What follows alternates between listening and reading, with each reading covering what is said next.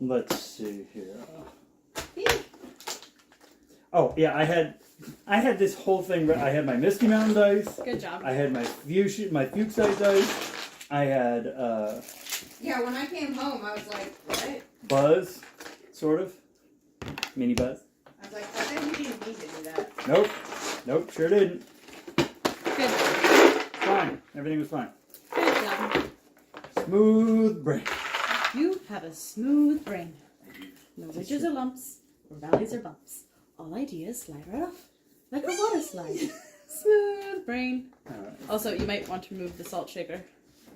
I shake it like a salt shaker. I was just going to say, shake it like a salt shaker. One day I start one a salt shaker. Right there. Isn't that what I'm fighting? No. The salt golem? No. Strict golem. No, that's what Beavis is gonna fight. Alright. I am Oreo. Oh, it's delayed? Yes. Yeah. Is it recording? Okay. Yes. Do I have my mouse? Squeaker, squeak, squeak. Hi. Hi. Also like Squeaker, squeak, squeak. Okay, that's it. I have stuff for things. Oh shit. Is there a coffin with a tombstone that says Leander Brightwise with Not a date yet. and a hyphen and another date? Not yet, there ain't. Sweet.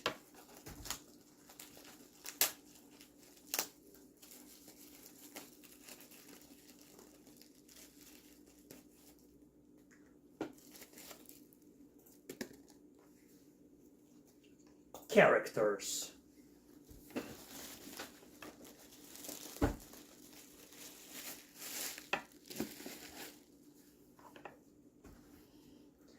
Level 13. Where are you at? Don't you hide. Oh, that's what I'm missing. Where did I put them?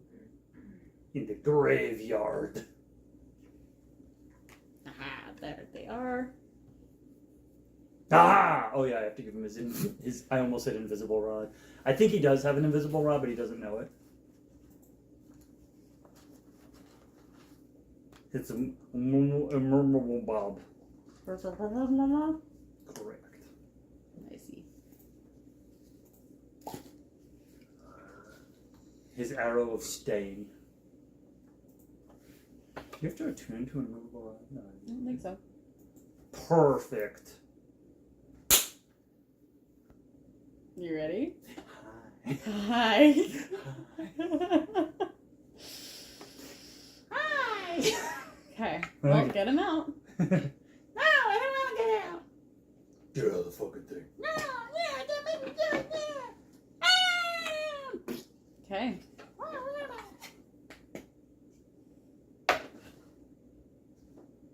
So, our story begins. Leander and Aoife Oh yeah. have just finished an adventure and are camping for the evening. She's just testing his reflexes. Ah, I see. So they're camping for the evening, getting ready for bed. And It's level 13, right? this is level 13. There's only one bedroom. They're out in the woods. Mm-hmm. Yes. Is there anything you would like to do or say before they go to sleep for the evening? It's been nice work. I think by that point in their story, that is how he goes to bed. Like, it's, I might not wake up tomorrow. I might wake up, you might not be here tomorrow. I'm going to say goodbye now. If I wake up and you're here tomorrow. It was, oh, she's got her headphones on. There was an episode of Grave Anatomy where it was an old couple who did that. Every time they said goodbye, they literally said goodbye. That's so sad. Yep. So that's what Leander's like. That's what he did with Kaylin, remember? Because he literally knew he was going to blink out. Mm-hmm. Okay. Say? No, but they have already checked for not traps. Well, I assume they would have checked for traps first, Mhm. and then kind of check for general safety hazards. Okay. Set some traps. Set some traps. All right. So they're going to go to sleep. Buzz is watching out on guard. Leander's the bottom. Mm-hmm. Leander lays down, sees Aoife next to him. He closes his eyes, goes to sleep. Out in the middle of the woods, hearing The bedooping of apparently Discord. the bedooping of Discord. Getting Hearing the stream nearby as it lulls him to sleep. I'm going to close my Discord so it won't do that. Is that you or me? I think it's you, but I don't know. I didn't mute my computer. There we go. And when Leander wakes the next morning, he finds himself in a library. Everyone's dead. At a table, laying, sleeping at the table. And no one else is in the room. There are books that are strewn all around the table, laid out. Books on dragons and the history of the land and travel. Interplanar travel. He looks to his right and he sees a book called A Hobbyist's Guide to Dragons, Drakes, Worms, and Lindworms by Helga Lorgensa, sorry. And on his left is his journal.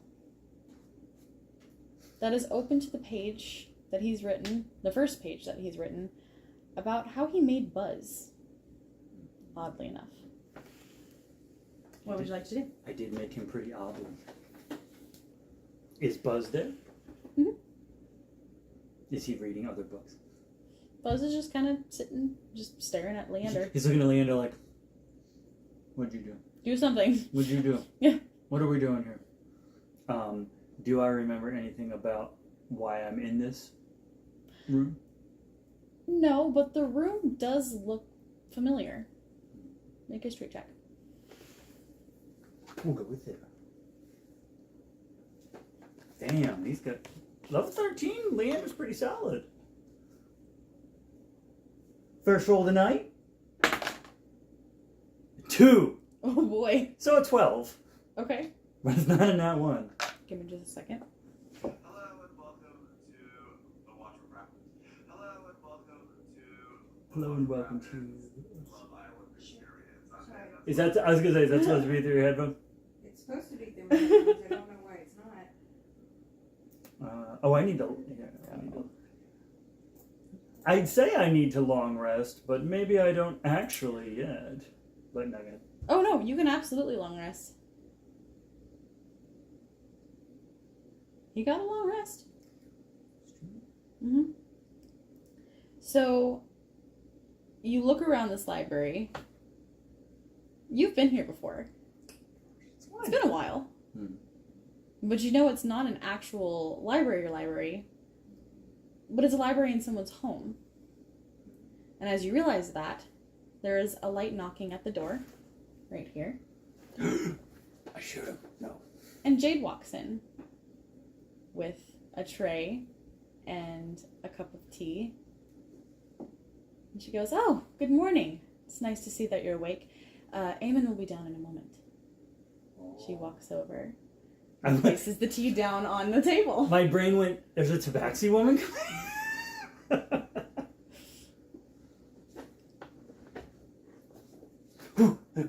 oh, okay. Thanks. How long have I been here? A couple days. I mean, you mean at the table. You slept here last night. Yeah, that sounds right. So I've been here a couple days. That also sounds right. Mm-hmm. Yeah. Are you okay? No.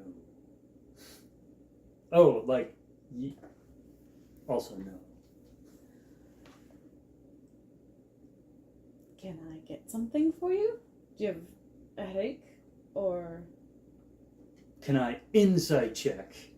Yes. What do you want to check?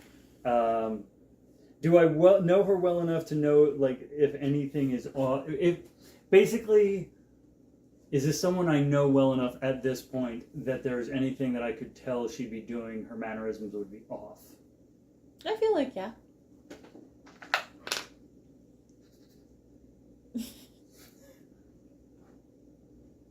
Let's see. Okay. Oh, so I'm going from my +10 to my +1.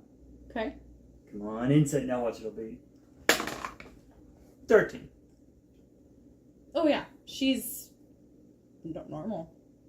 Like, there's nothing off about her. She seems confused and concerned that you're in pain or something. No, my memory's squishy. Do I remember coming here a few days ago? Nope. No. Nope. You remember you went to sleep. Aoife was the last thing you saw, and then when you woke up, you're just on the table, just face down. What happened? Yep, right in a book.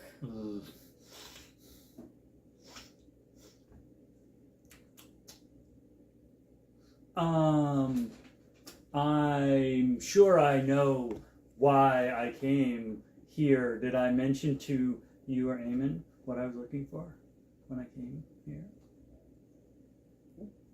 Yes. Do you not remember? No. Oh, my. Well, you and Aoife have been looking for things to help you fight her cousin. I believe it's her cousin. I'm not sure. He's a dickhead. That's what I've heard. And you've been looking for a specific item called the Dragon's Vessel. Always items, yes. Mm-hmm. Yeah, the vessel for the dragon. Yes. Right. You don't remember any of this? No. Oh, well. So is she asking, like, all of the previous stuff, or that I came there for that stuff? That you came there for that stuff. So I don't remember that. I do remember that was the general thing we were working on. Mm-hmm. Yes. No, that was absolutely, of course. Okay. Yeah. I guess I will mention it to Eamon before he comes in. Can I get you anything? Do you have a potion of greater restoration? I don't. Let me see. I don't think there's a potion. Well, if Eamon has greater restoration. I was gonna say it's yeah. Forgot to look up his spells were. He has lesser restoration. Well, I am only missing a few days. It might be. And he does also have greater restoration. Oh, that might be more fine. So she leaves you with the cup of tea and then goes off to find Eamon and let him know that you're confused. More confused than normal. Correct. Would you like to look at anything while you wait? What other books is it just, I assume there's other books on this. I never just study one book at a time. Yeah. I did not jot down and start keeping notes. So what was the first one? A Hobbyist's Guide to Dragons, Drakes, Worms, and Lindworms by Helga Lorgenza, which is the book that Scarlet has. It's true. By Helga Lorgenza. Lorgensa. That's right. You also see another book next to it, The Magical and Mystical Dragons by Tarthis Mazrios. That's Tarthish Marziros. M-A-I-Z,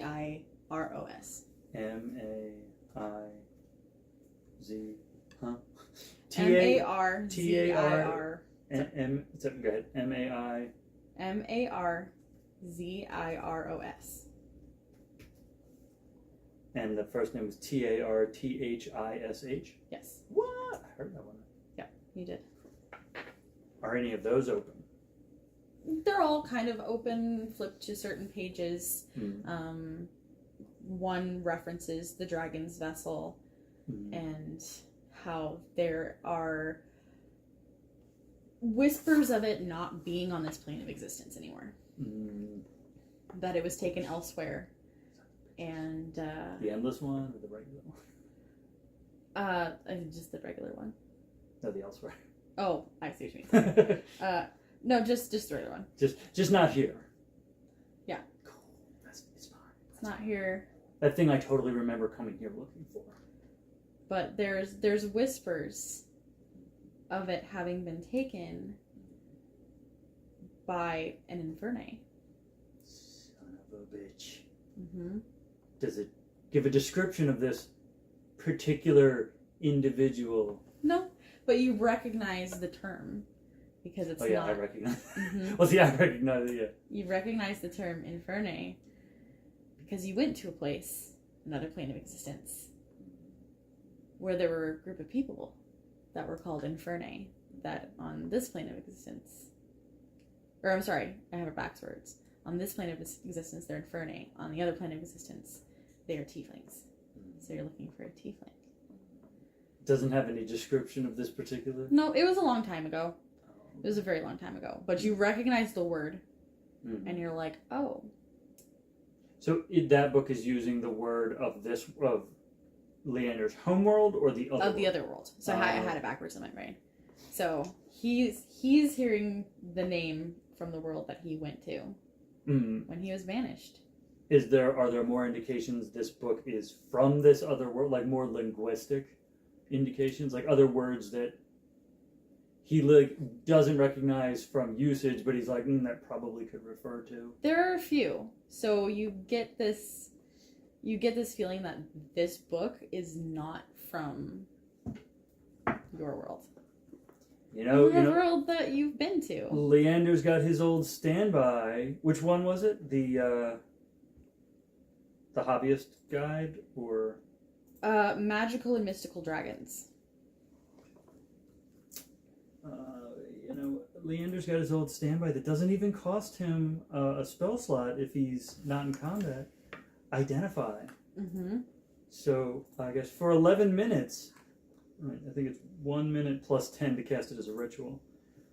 Flip through that one for 11 minutes and cast Identify and see if you can get see what other information you could possibly get. Okay. I guess in terms of origin of the book, he probably already has a very good idea this is from this other world, but kind of either if just confirming that or any other information you could get from it. Okay. Well, one thing that you find kind of interesting by casting Identify is that this book was not written by a normal pen and quill. It was written by a magical pen that was pretty much a dictation pen. Okay. So there's a little bit of magical essence to the writing. But you do realize, the paper seems different and it just doesn't quite seem like it's from this world. And reading further into the book, you do see references to names of places that a specific tiefling had mentioned to you.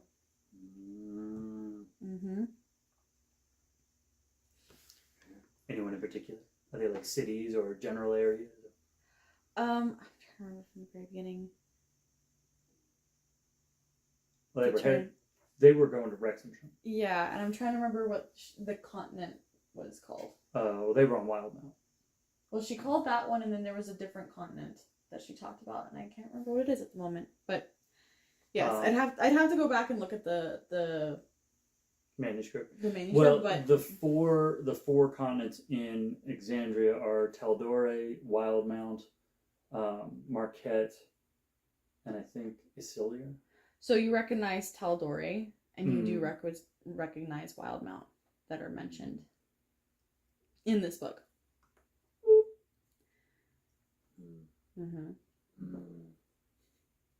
Sleight of hand. No. Yeah, I mean, if you want to. There's no one in the room, so they would never know. This is absolutely a thought he regularly has. Is it I want this book? And then it's no, if I steal this book, then I will have an issue with the person who owns the book, and then I won't have access to the library anymore. Maybe I can make a copy of the book. It's fine. He has it here. It's fine. There is also another book on the table that's open. Mm. That is a book that talks about teleportation sigils and what is required to travel between planes. Yes. And it is called The Veins of Planes. Yes. By Teriel Morna. T-E-R-I-A-L? Taeral. T-A-E-R-A-L. Morna. Yeah, I got the last one right. Mhm. I'll go find all the hidden meanings in the names afterwards. It's about this time that Eamonn walks into the room. Eamonn! Guy! Dude! You know Eamonn. Yeah. You know Eamonn and Jade. Mm. You just don't know how you got here. No. So he walks in, he looks slightly concerned. Mm. Jade has been telling me you're missing some memories? Yes. Yeah. Alright. Which sometimes happens. Well, let me try something. And he walks over and... Do any of these books do that sort of thing?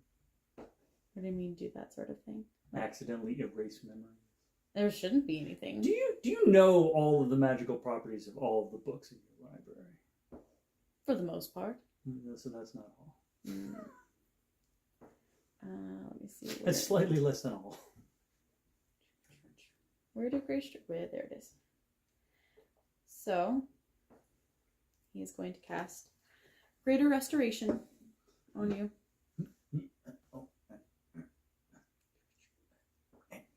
Spell slot.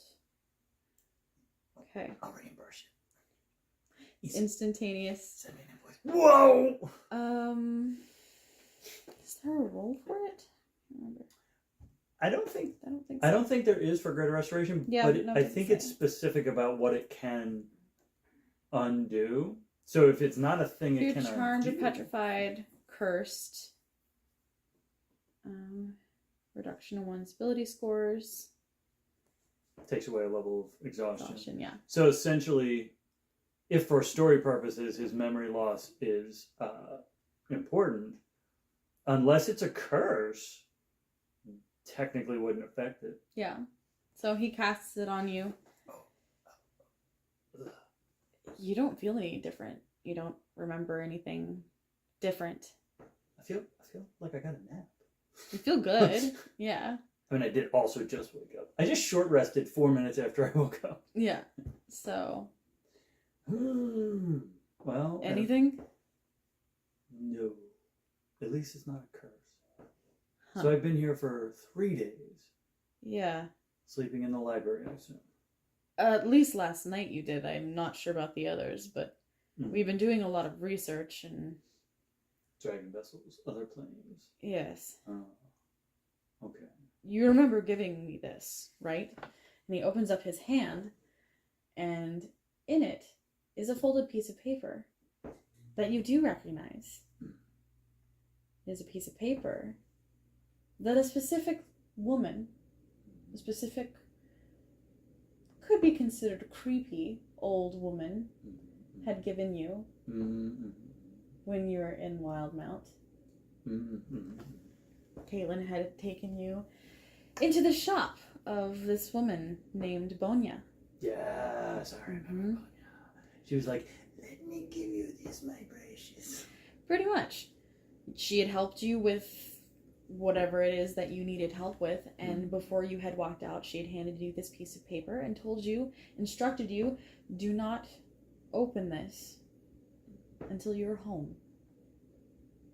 Okay. So when you had been... Was this a philosophical home? Was No. this a planar home. She had instructed you not to open it until you were home.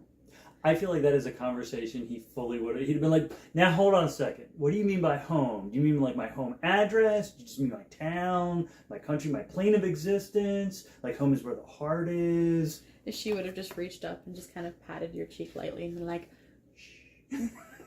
Plane of existence, dear. Okay, like real general. Mm-hmm. So once you were back and had dealt with what you needed to deal with, you had opened up the piece of paper to find there was a teleportation sigil that was drawn on the paper. And you assume that it is a teleportation circle that leads back to Wildmount. Shit. It looks like a butthole. You're such a turd. Is it? Well, it's an asterisk. Mm-hmm. It looks like a cat's butthole. I know. They're weirdo. It's, you know, I mean, not. I'm not yucking on anybody else's yum, but like, you know how it is. Mm-hmm. You know, Eamon. You've been like all over the place. Mm-hmm. He's like, you gave this to me, and we're going to go wherever this leads, which is hopefully to this other plane of existence where the dragon vessel exists. And you said that you knew people there who could potentially help us. Mm-hmm. I can't explain the memory thing, but we don't have a lot of time. So if you're feeling good enough, we do need to go. Can I insight check him? Yes. And then separately, and probably, well, okay. Insight. 17. Plus? 17 total. So 17 total. 16 plus 1. Okay. He's being completely truthful. Okay. Like, he's not hiding anything. He's concerned that you don't remember anything. But he's not lying. The paper's real. You remember Bonya giving it to you, so. Can I then? Okay, so are we like leaving? Is the intent here we're gonna like leave the room? Are we going from right here? How we gotta do that? He's gonna take you to a sigil that he has in his home. Okay, so I'm like, oh, okay, lead me to what you're leading me to. As he's moving to lead me, I want to investigate just the general environment. Because at 13th level, I know there's illusion magic. And I know this individual is being completely honest in his need to find this. I don't know that this individual is. So part of the insight is he is trying to make sure these are the people he thinks they are. And making sure that he's physically in the real library. Yeah. You know what I'm talking about. Yeah. Oh, yeah. Oh, yeah. Okay. So is it investigation? Yeah. I feel like that would be... Yeah, investigation. His passive investigation is 20. So I guess we'll find it. 15. So it's a 15. Okay. So looking around the room, everything seems to be as you remember it. The tables are pushed together, which is, you know, it happens. They move around a bit. But I've always suspected that this one was actually an animated table that you just had really well trained. But you do notice, which you've noticed before, just something that's usually hidden that other people wouldn't notice. There's a trap door underneath this rug. You're not sure what it leads to. You've always been curious, but you do know that it's pretty well hidden. So if this was some kind of illusion, it's the kind of thing that wouldn't be there. They would have to really know the room exceptionally well to know that door's there. Okay. So you get the feeling that this is the real deal. Okay. And as you move into the other rooms, everything looks vaguely how you left it. You know, things move a little bit, you know, as people clean and stuff comes in and out of the house. But something I do want to let you know is I made this map. On Incarnate? Yes. I was going to say, some of these elements look, yep, that's fucking awesome. So. That is awesome. But I made this map. It took me like an hour. That's fantastic. Actually, this specifically is what I recognize because those are the ones that I put in the campsite that you guys fought in. as the stumps around the fire pit. Yep. Yep. And actually, I apologize. He's not taking you somewhere in the house. He's actually taking you outside to draw the sigil that you guys are doing. So he's going to say goodbye to Jade. And you notice... Goodbye, Jade, thank you. She's the only one that you know of who's in the house. Eve is not there. No. This is also... This is why Paranoid Leander and Paranoid Anthony... Leander, no, he actually hasn't had his whole dream. Oh, no, he did. He had the dream, the 20th level dream at 5th level. He hasn't had the 15th level one, though. But yeah, no, Anthony is 100% paranoid of, like, I just woke up. I went to sleep, woke up somewhere else, and I'm missing, and being told that I'm missing 3 days of memory. So this is a distinct possibility that I'm dreaming, or that these people aren't these are people pretending to be the people that I know, and that basically they're using me to get the thing I'm looking for. And this is because Leander is 100% me anyway.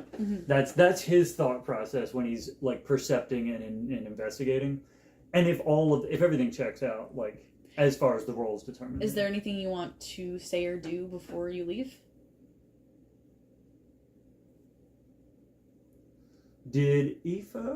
Was Aoife here, or did I come here by myself? Aoife was here, but she's on her own mission, so to speak. Subplot. Yeah, she said she would be back in a couple of days, and not to wait for her.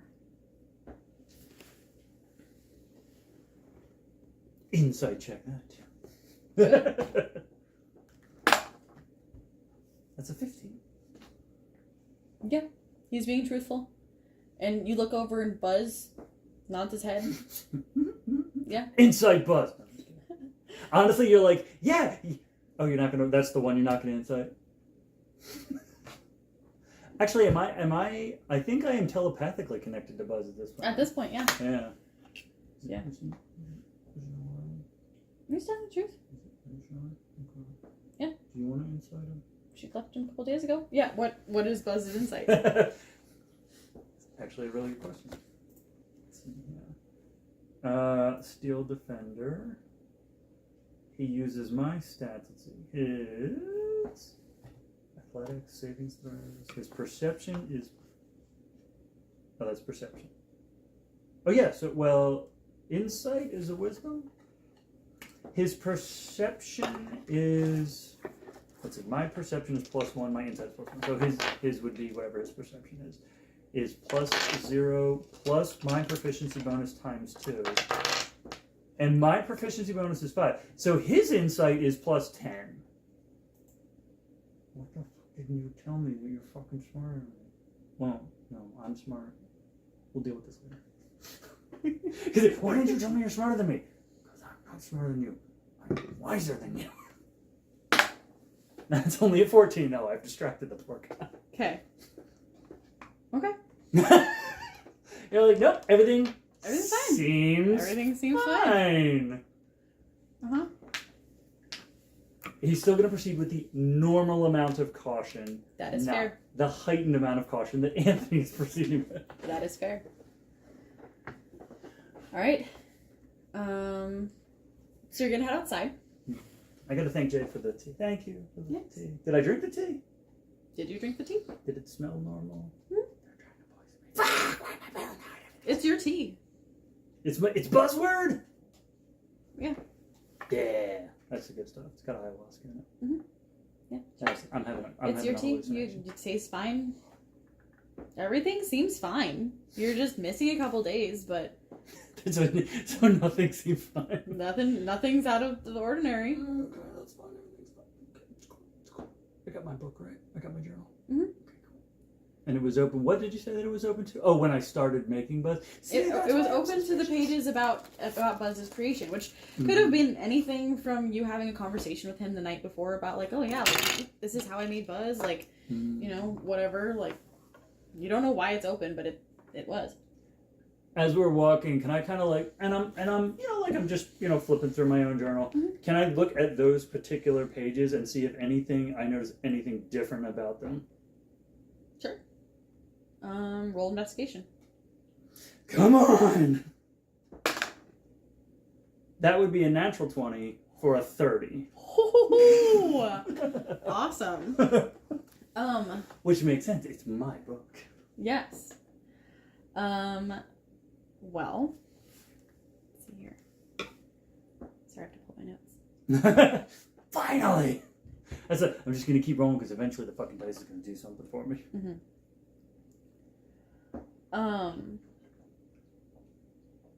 You notice that there is a new page that's been like folded in, like added into it. And it just has a question written on it that just says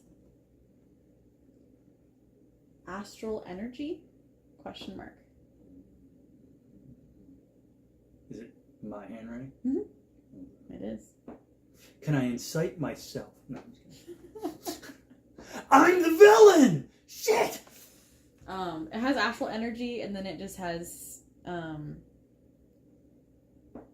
just kind of some notes, some things that Eamonn would have known, talking about astral beings and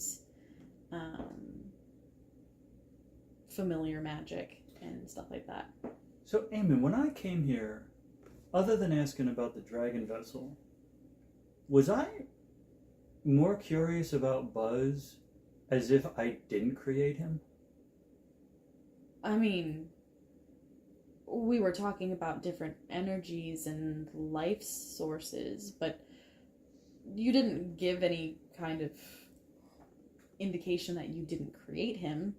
It was more just looking into celestials and astral beings, different energies and the ways that they're connected to planes of existence. Kind of was tied into what we were looking at.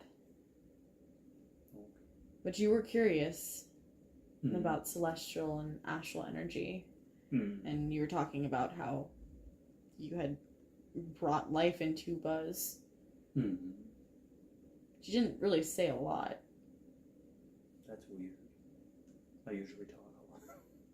I mean, you did talk a lot. You just didn't talk a lot about that. He says. I thought you were going to say you did talk a lot, but you didn't say much.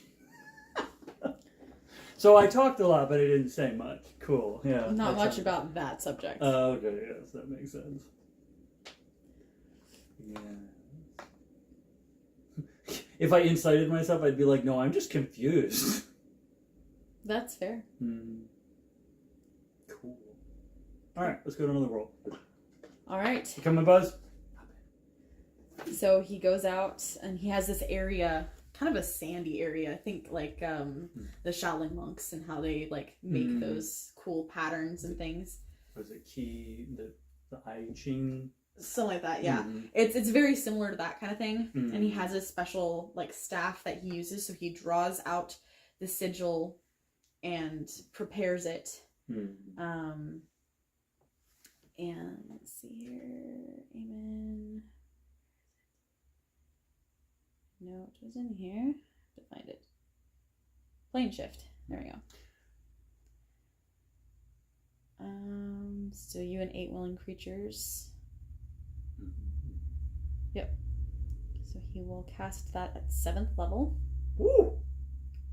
And I'm pretty sure, I don't know, I feel like this is, if it's not at least part of their dynamic as two people, it's part of what Leander thinks is their dynamic. So as he's casting it and as they're beginning to plane shift, he kind of leans in a little bit and he's like, I really hope you are actually Eamonn because I would hate to have to kill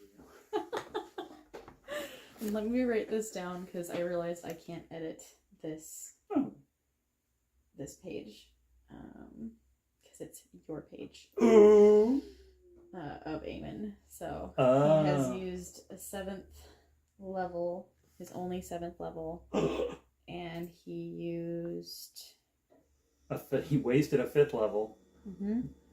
And also, separate from not wanting to kill you, if we do get into a fight with something else, I'm sorry you used up your best magical slots on utility stuff.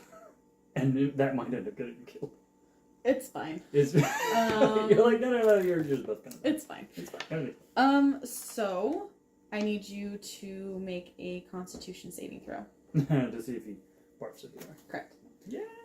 Oh, okay, that's +7.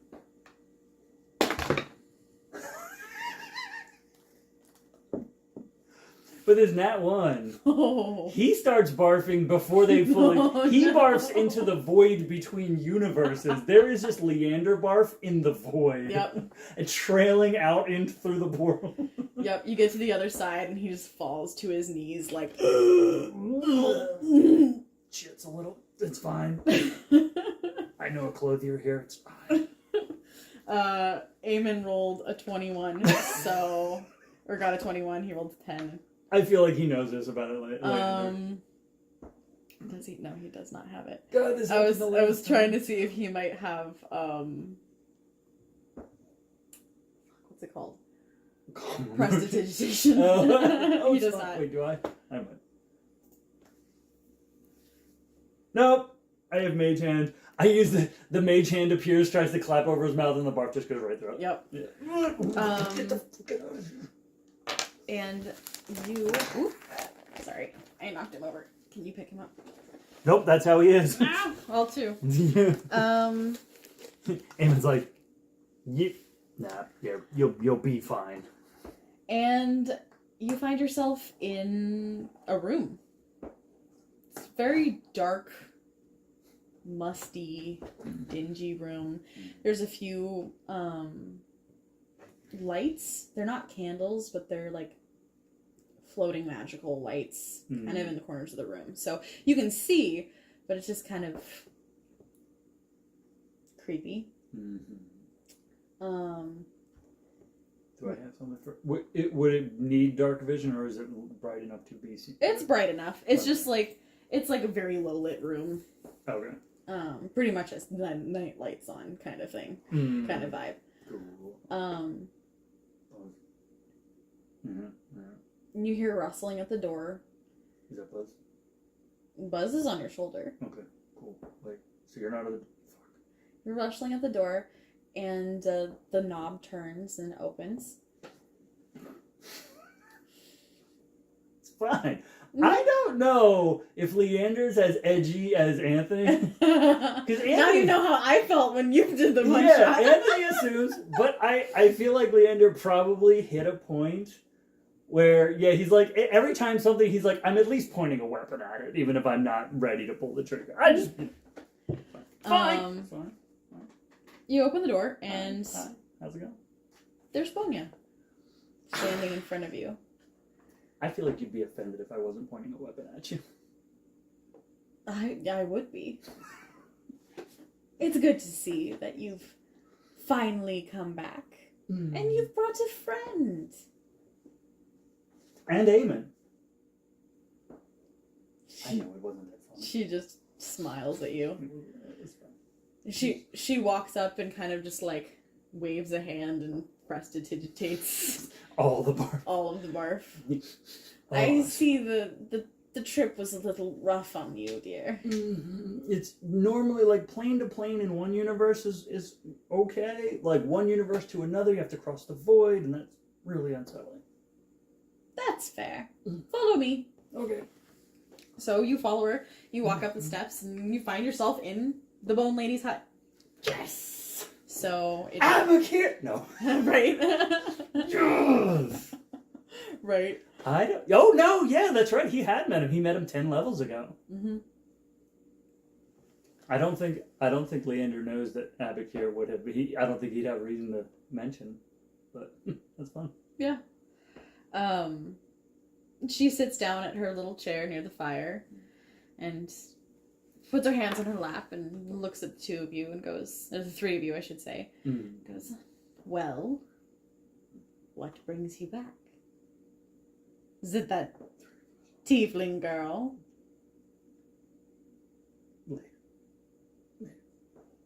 No. I'll just say hi. It'll be fine. Wait. Does she know anything about Dragon Vessel? Bonya? No, the tiefling girl. No, that's it. Leander. Oh no, that's all Leander. He's like, no, yeah, no, not anymore. I mean, I can say hi. We're friends, right? Yeah. Wait. She's just looking at him like... He's doing that thing. I won't fully say no, because when you're looking for something, you never know the steps you have to go through to get there. Mm-hmm. And so, maybe? That's fair. Mm-hmm. Well... Dragon Vessel, right? Yeah, this was about the Dragon Vessel having been taken here. Mm-hmm. And I think it's possible he probably did say, like, does the Tiefling girl know anything about a Dragon Vessel? Because having seen the reference to an Infernae moving it from one plane to the other, even though it was a long time ago, he's like, Kaylin. It was totally Kaylin. Kaylin came over here and got it and took it back. And, yeah. Like, maybe she knows the person who did it. No, that's racist. I mean, it was a long, long, long time ago. It would have been way before her. This is an old book. Yeah. It's from 1946. Mm-hmm. Dragon Vessel. I know. Alright, yeah, I know. She hears you just mumbling to Buzz, mm-hmm. and goes, Limerick Zorgrath. You're looking for the tomb of Limerick Zorgrath. Yes. LIMMOC ZORCRATH. Yes. And if she insight checks him, she fully knows. He had absolutely no clue. She doesn't need to insight check. He had absolutely no clue, but he's saying yes because in that moment he's like, clearly that is what I am looking for. Yes. Yeah. This is good. Okay. That's Limerick. So, and it's L-E-N, no? LIMMOC. Oh, that's him too. Yeah. It's easy. L-E, no. Okay. Okay.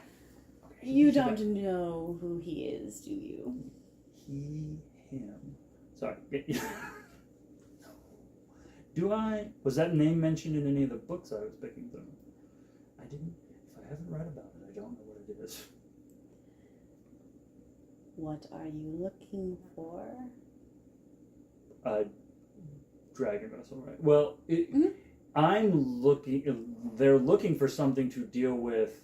Do they know what is going on with Errol? Like, has the stuff with Errol and all that already happened? They're in amongst the. So they're looking for a way to deal with Errol. Mm-hmm. And the Dragon Vessel is what they think is the way to deal with Errol. So he overcomplicates the whole explanation. Mm-hmm. Like, Dragon Vessel is the correct answer, but he's like, well, this is what we're doing, and then this is the research we did, indicated this would be the thing we should get to do this thing. And so, yeah. She just patiently waits. Good. Well, the last that I know of, Limerick was the one who was in possession of the Dragon Vessel. And he was a quite loyal servant of Asmodeus. Oh, okay. And when he died, he was buried with the vessel. Okay. So that doesn't actually mean I won't have to kill him again. Okay, but okay.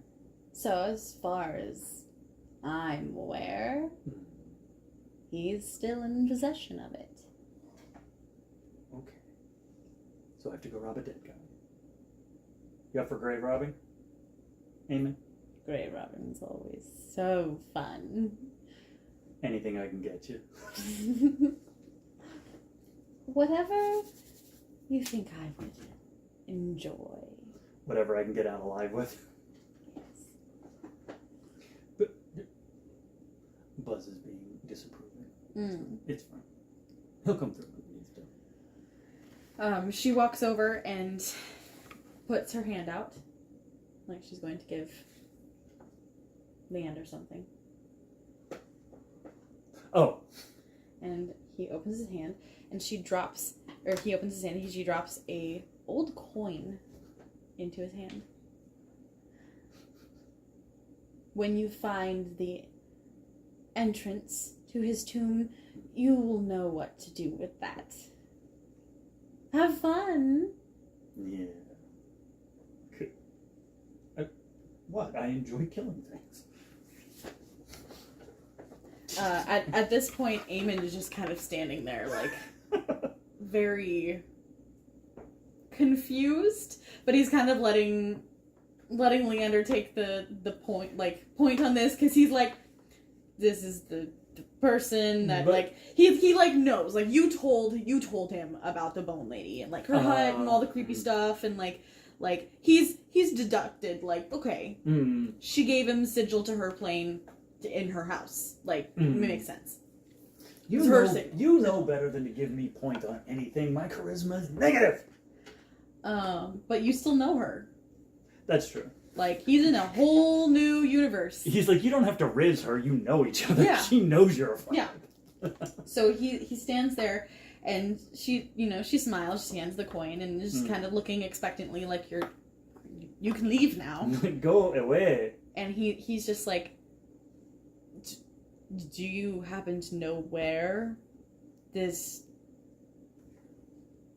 tomb is? He says this to Leander. No, to the bone lady. I was gonna say, I love the idea too that Leander, because this is the way we always play. Is somebody's like, here's the thing, and we're like, cool, and we go. Mm-hmm. So Leander like takes the coin, and he's like, cool, and he's literally like, his boot is the only thing still that hasn't gone out the door yet, and he hears Eamon go, do you know how we get to this? And he goes,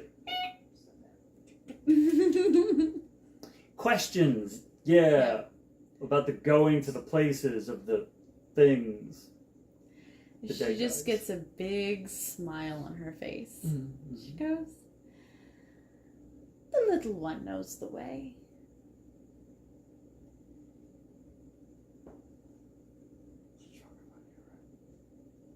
She just nods. I think she, more than anybody, knows most of the time that Leander is doing the like, yeah, I know. Oh, yeah. Everything's fine. Buzz isn't saying anything to him. Mm-hmm. He's literally just like blaming that on Buzz. Like, I feel awkward. I'm just going to pretend I'm talking to you. The little one knows the way. Yeah, Buzz. Why you be fucking lying to me all the time? It's so you can make yourself look better. I know. It's so you can get my kills. It's fine. Kill snapping motherfucker. And he's like, don't make me bring up the Manticore. Fine.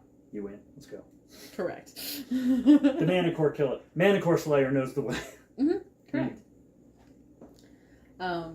Anything else you're doing before you leave? Probably. There should be. There absolutely should be. You know I suck at strategic thinking in the moment. I want to cast Identify on the coin as we're walking, but before we leave. Hello, little displacer bees. But the tiefling girl, do you happen to know where she's at? Unfortunately, she is not on this plane of existence at the moment. Yeah. She gets around as much as I do. Yes. What? It's cool. Would you like me to leave her message, though? No. I already left her one. I imagine she still has. But you never know. That's fair. Good luck! Yeah! We'll try not to die. Again. It's fine. Correct. Has Leander died at this point? Well, he almost I feel like he has. Buzz is like, you almost did! Uh-huh. Fucking yes, you died. Yeah. I brought you back. Yep. Okay. There's a point of contention there between Leander and Buzz. Buzz is like, no, you died. And Leander's like, I couldn't have if I died, you would have just crumbled. You didn't die. But Buzz is like, no, you died. You fucking died. I brought you back. Mm-hmm. And he's like, that's not how it works. He's like, yeah. Arcane, astral energy. Okay, yeah. No, let's go. Come on. Let's go find Limmy Zorkery. Let's go fight the dead guy. It's fine. Correct. So, So lead the way, Buzz takes off your shoulder. Ooh, yeah. And starts moving. Yes. You got And from what you remember as you get to the outer skirts of Rexentrum, Zdash. I'm trying to remember which one Bone Lady's in. Yeah, so I guess, when we stumble out of there, when we come out of the hut, we recognize it as Zdash. I mean, I assume it's been a while since he's been there, but... Yes. That one game fucking messed me up on where the Bone Lady is supposed to be. She's outside Zdash, yeah. She's in the innerstead sprawl of Zdash. Okay. It's basically getting together with Zdash. Yes. Man, they've really built this place up. They have. Is that a monument to a dead changeling? It's fine. I'll check it out when we come back.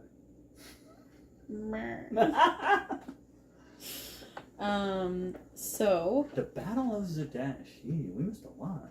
Alright, it's fine. Correct.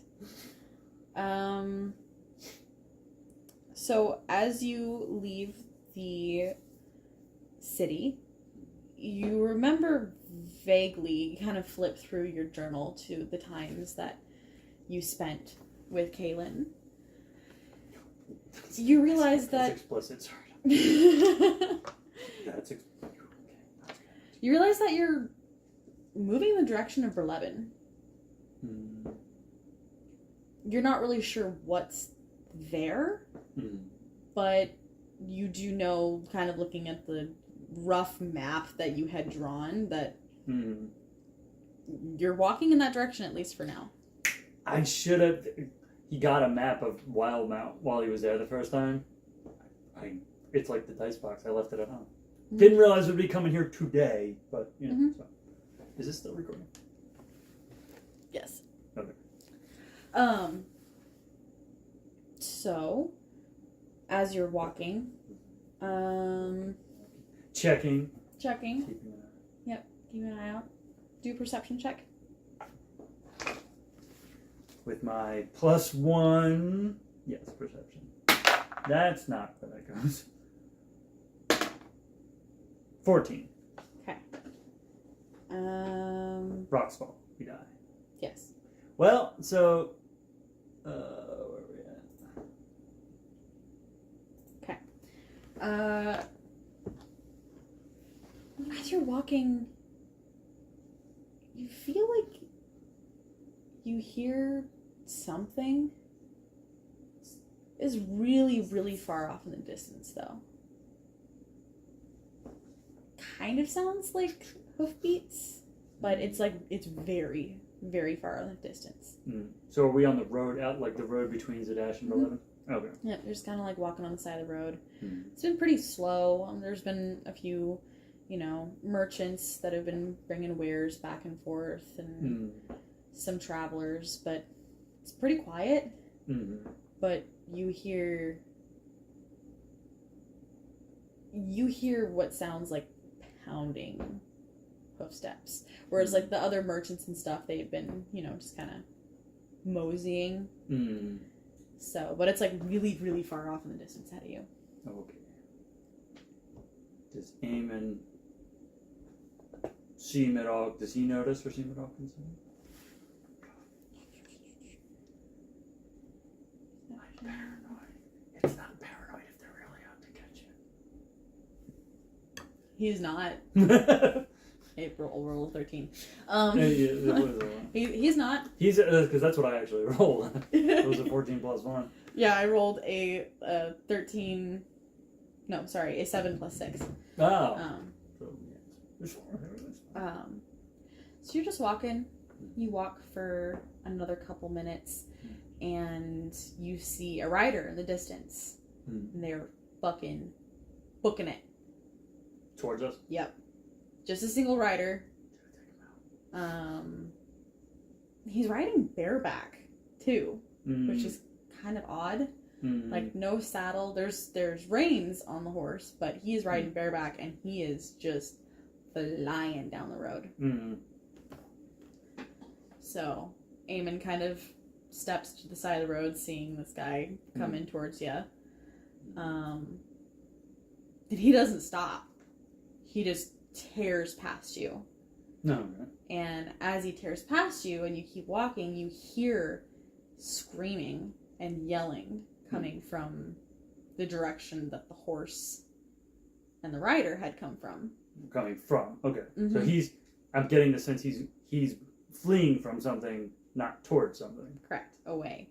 And it's kind of in this area where the trees are starting, like you've kind of been in like a field type area that's leading into like a stand of trees. So you can't really see what's going on, but you do hear yelling and shouting and screaming in pain as you're getting closer. So, Eamon, do you want to be invisible or do you want me to be invisible? Let me see. Well, he has +0 to his stealth. So I don't have that. So let me double check how the spell storing item works, because that is what he stored invisibility in. But invisibility is a concentration spell. Spell storing item. While holding the object, a creature can take the action to produce a spell's effect using if it requires concentration, the creature must concentrate. So I'd have to give him the crossbow. It's fine. I'm fine. I have a crossbow. Oh. If you want to hide, I'll keep going. Hey, whoa, I didn't say hide. If you want to stealth, I will keep going There we go. as I am. Okay. And we'll see what lies ahead, I suppose. Yes.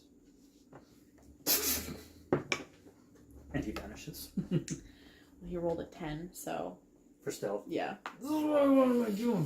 It's fine. So. Before you go, Okay.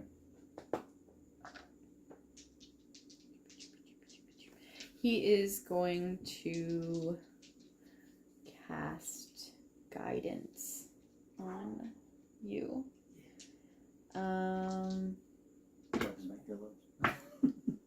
Before I go invisible, right as I go invisible, and then he goes to he's like, hang on, this is a touch spell, come here. Yep. So you have guidance. So once before the spell ends, the target can roll a d4 and add the number rolled to one ability check of its choice. Sweet. It can roll before or after making the ability check. Then the spell ends. It's up to 1 minute, so. Sweet. So yeah. As You're not invisible, so I am. Yep. So if I'm stealthing, is stealth an advantage when you're invisible? Is that how that works? Yes. I believe so. Okay. See how terrible this goes. That's an 18. Not bad. Not terrible. You're fairly hidden. I'm pretty sure I know I'm invisible. Yeah. I might be making noise though because I'm probably not moving stealthily. If I'm hearing screams, then it's like this haste is not required, but definitely preferred. Correct. So, as Eamon walks into the tree line on the road, he sees in front of him absolute chaos.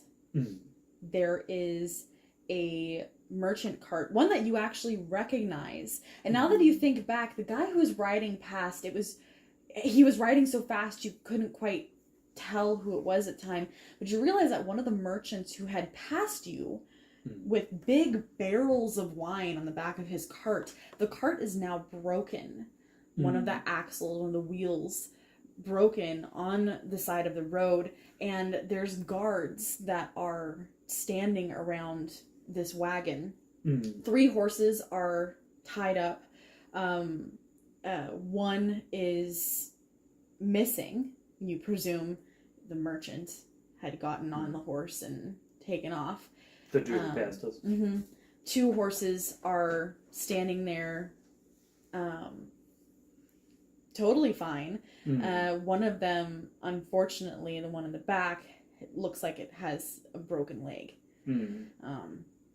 And you see that one of the barrels has rollen off the cart, landed on the ground, and there's a ooze that has come out of the barrel. There's no wine on the ground, but it is working its way out of the barrel and is half consuming a guard that's laying on the ground.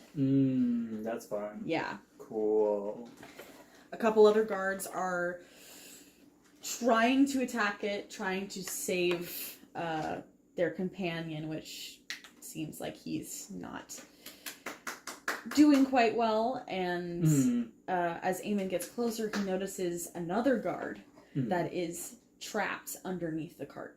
Oh, everything's fine. Everything's fine. So, as it stands right now, you got the cart. And I unfortunately don't have a map for this. No, but you have the cart, someone underneath. 2 horses are fine. 1 horse has a broken ankle. There is a guard that is being consumed by a black ooze. By wine. Yeah. And 2 other guards that are, like, attacking it, trying to... Attack the ooze, trying the not to... wine. Yeah. Oh, these fucking guards are cool. Well, if we haven't rolled initiative, I am immediately going to run to invisibly, and I guess I'm not attacked, so I'm not actually going to lose invisibility. But I'm going to run to the guard being consumed and grab. I'm not even gonna. These guards are attacking the ooze, which is dumb, and that's fine because if they're doing that, I'm going to grab what's left of the guard being consumed and try to pull him away from the ooze. Okay, I need you to roll a strength check. Is it advantage because I'm only going to get half of him? No, I'm kidding. Strength check? Yeah. Oh, it's a +0. That's a 10. Yeah. So I'm going to use my reaction to put a +5 on that. So it is a 15 because that's I can do Flash of Genius. Okay. There's a 15. To try to pull. Okay. As you start to pull this guard away, he's pretty limp in your arms, and you notice as you start pulling that he's separating at the waist. Ew, I'm gonna end up killing him. It's like when somebody falls into a fucking subway and they they're alive until you move the subway, and then I want to cast Spare the Dying on him. I know it's probably not gonna help, but he's pretty. It's okay. He's pretty gone. It's okay. Is he alive at all? Barely. Then I'm gonna cast Shocking Grasp on him and finish the job. Okay. Roll attack. That's a 26. Oh boy. Okay, roll damage. Min damage is 3.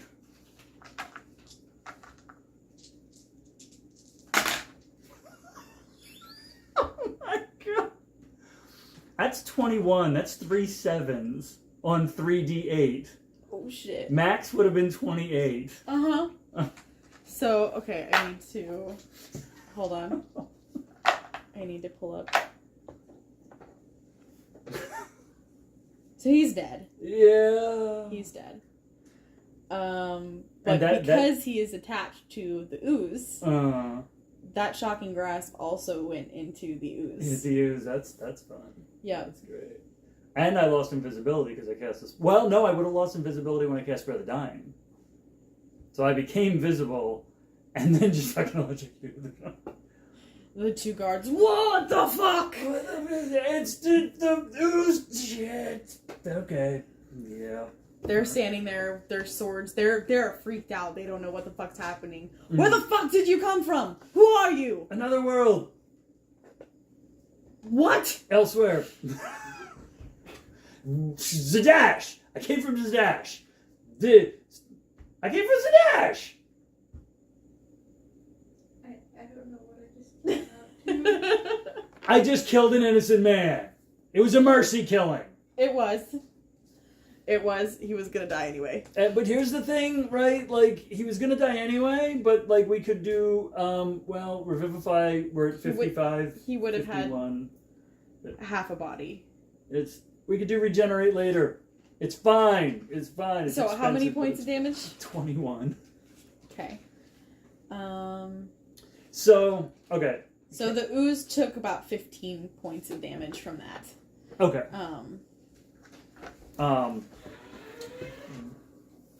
What would Leander know about oozes in terms of what to do or like potentially what to do or not to do? Roll a history check. Okay. He's very out of it right now. It's a 12. 12? It's a 12. I and I can use... I thought you would roll a 1. I can use. No, I rolled a 2. Oh, I can. that's not much better. Guidance at most will give me 16, and then I can use another I'm flash sorry. of genius. That actually didn't work. I'm wrong. You will know then, casting Shocking Grasp into the man. It didn't affect the ooze. That's fun. So you do know at least it is immune to lightning damage. Yeah, I won't use guidance. Yep. And as have been watching these guards, their swords aren't really doing much. Yeah, I feel well. So okay, so the 12 didn't give me anything in terms of like what. So what doesn't work and what you shouldn't do are kind of 2 different things. Like, oh, if I do lightning damage, it's not going to do any good. But if I do fire damage, it's going to be really, really bad because this thing. You're not sure. Yeah, no. No, but you know that your lightning damage didn't seem to affect it. Like, it recoiled a little bit, but it didn't seem to be hurt. More just surprised by the sudden shock. And yeah, the guards hacking at it, it just... Yeah, I'm not. really sorry about your... I'll call him your colleague. I don't know if he's your friend or not. But... Are you part of this? Who are you? No, I'm just a guy in a trench coat, trying to not let anybody else die here right now. Roll persuasion. Against the ooze? Against the guards. Yeah. I will also let you know, I'm not very persuasive. I'm not going to use Flash of Genius because that's amazing. That's a 0. I rolled a nat 1, and I have a -1. Okay. So I rolled a literal 0. Yay. Okay, hold on. I've never played myself in D&D before, but here we go. Okay. So that's a 19. Alright, so Eamon comes running up. And is like, hold on! He's with me! This is my idiot! As he sees the guard go to, like, strike at you. He's with me! He was trying to be sneaky. We didn't know. We heard screaming. We didn't know we were walking up upon. What the fuck is happening? We're here to help. Ooze.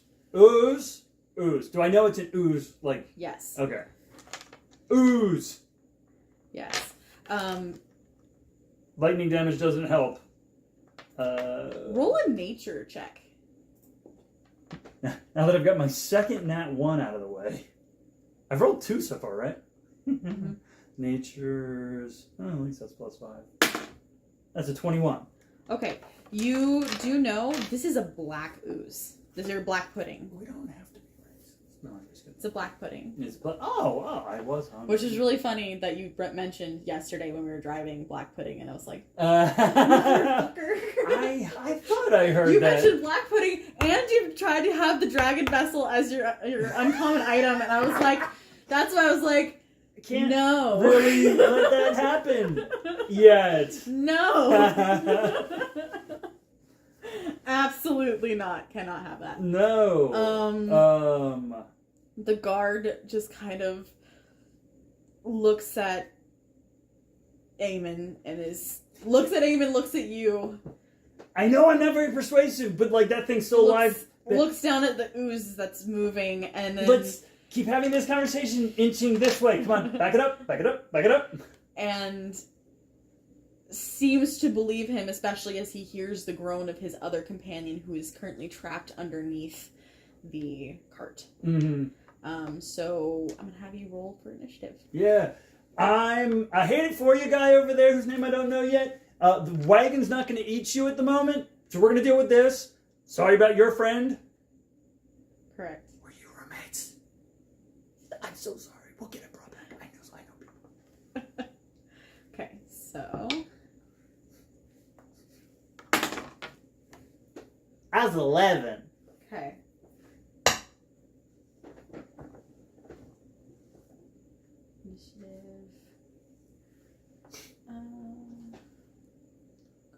1. Guard. Dead guard. 2. No. Ooh. Hey, man, can you do animate dead on the dead guy? I mean, I know he's half the man he used to be, but... You're terrible. Buzz is like, you fucking prick! That's an 18. What was your initiative? 11. 11. Is Buzz just going right after you? Buzz goes after Okay. Leander, yeah.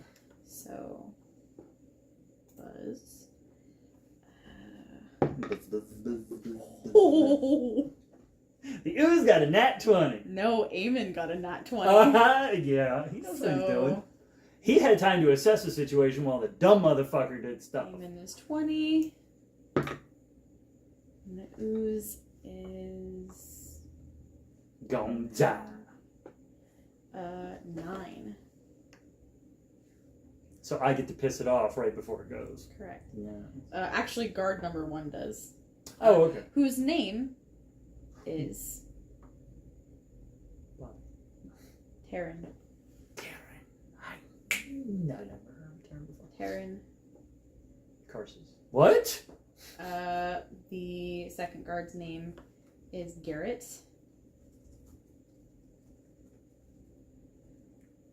The third guard underneath the thing is called, his name's Brom.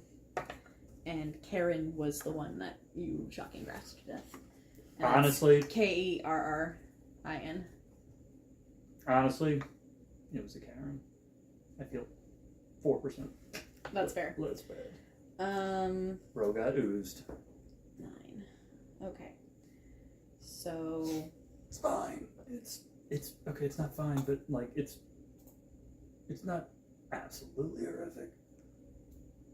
So Eamon, Garrett, Leander, Buzz, Ooze, and Taryn. Okay, that's the initiative order. Just for shits and giggles, where did Karen get cut off at? Like, The intestines. pretty much right under the ribcage. Okay. You know. Yeah. I'm just saying I'm a tinker. I'm just saying prosthetic limbs are a thing I can do. Yeah, Given but enough the time. ooze is still consuming him as this has all been happening. Did I not pull him far enough away? No. You guys are trying to get...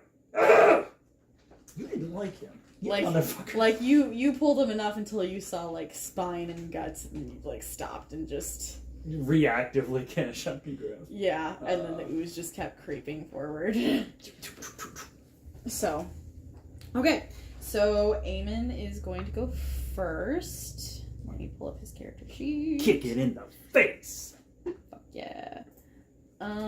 So he is going to. How many spells? Oh, no, go back. Go back. Go away. There we go. He's going to cast Inflict Wounds. Yeah. Inflict some wounds on that motherfucker.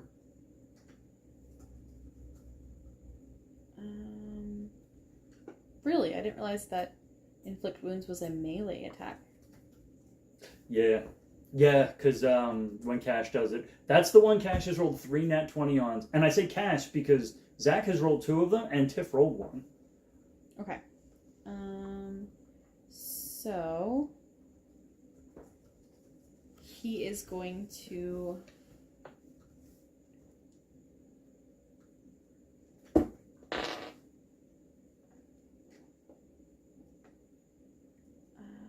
what is this? Attack.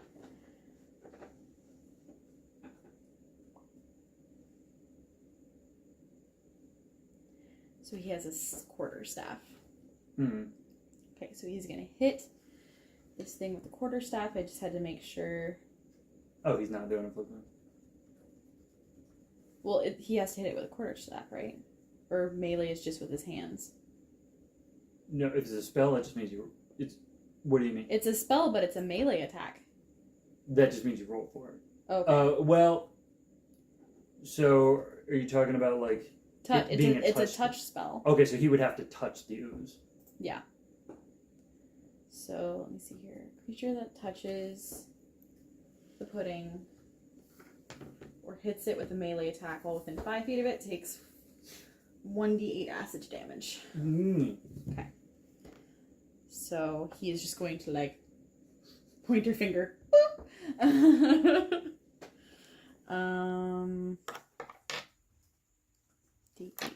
D8.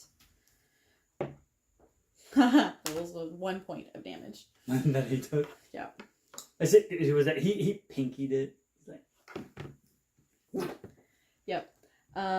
So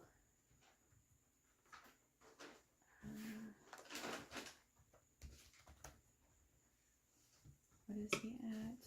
159. 158. What?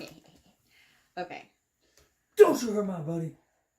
So, that is going to be, it's +4. He's like, I'm a nat 20 again, motherfucker. And yeah, the 12 hits. So that is inflict wounds. 1d10.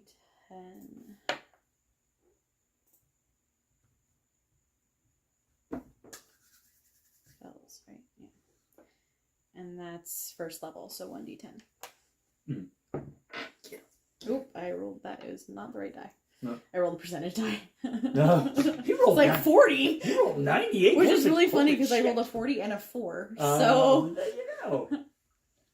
He's All right. like, I thought I did 10 times more damage than I did. It's fine. Correct. Everything's fine. So that's 4 points of damage to the ooze. Mm-hmm. Fuck that ooze in particular. And then section. Not going to use a bonus action, and he's going to move away from it. So that is, yep, that is his turn. So then the guard is next. So he is going to. Is that Taryn? That is Garrett. Get him, guard number 2. Okay.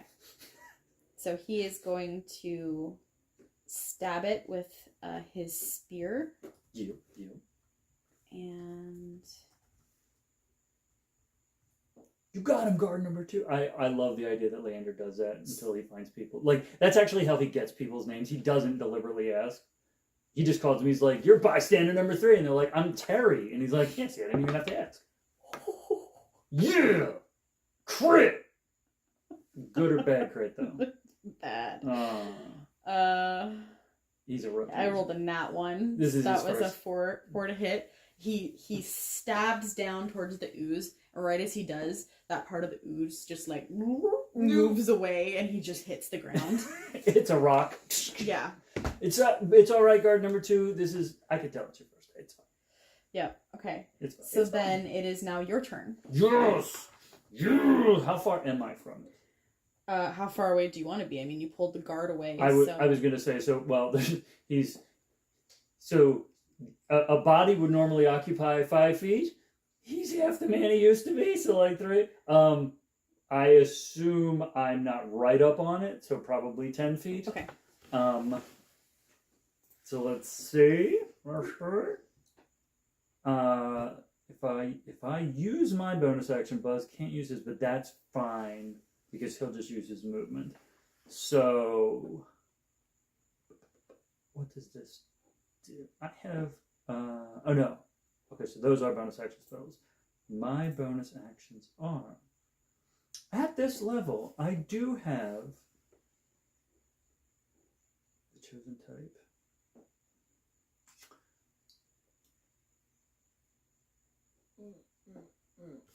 Mm-hmm. Well, so I can do elemental damage. I know it doesn't respond to lightning damage. Mm-hmm. Can I tell the kind of damage it did to Eamonn?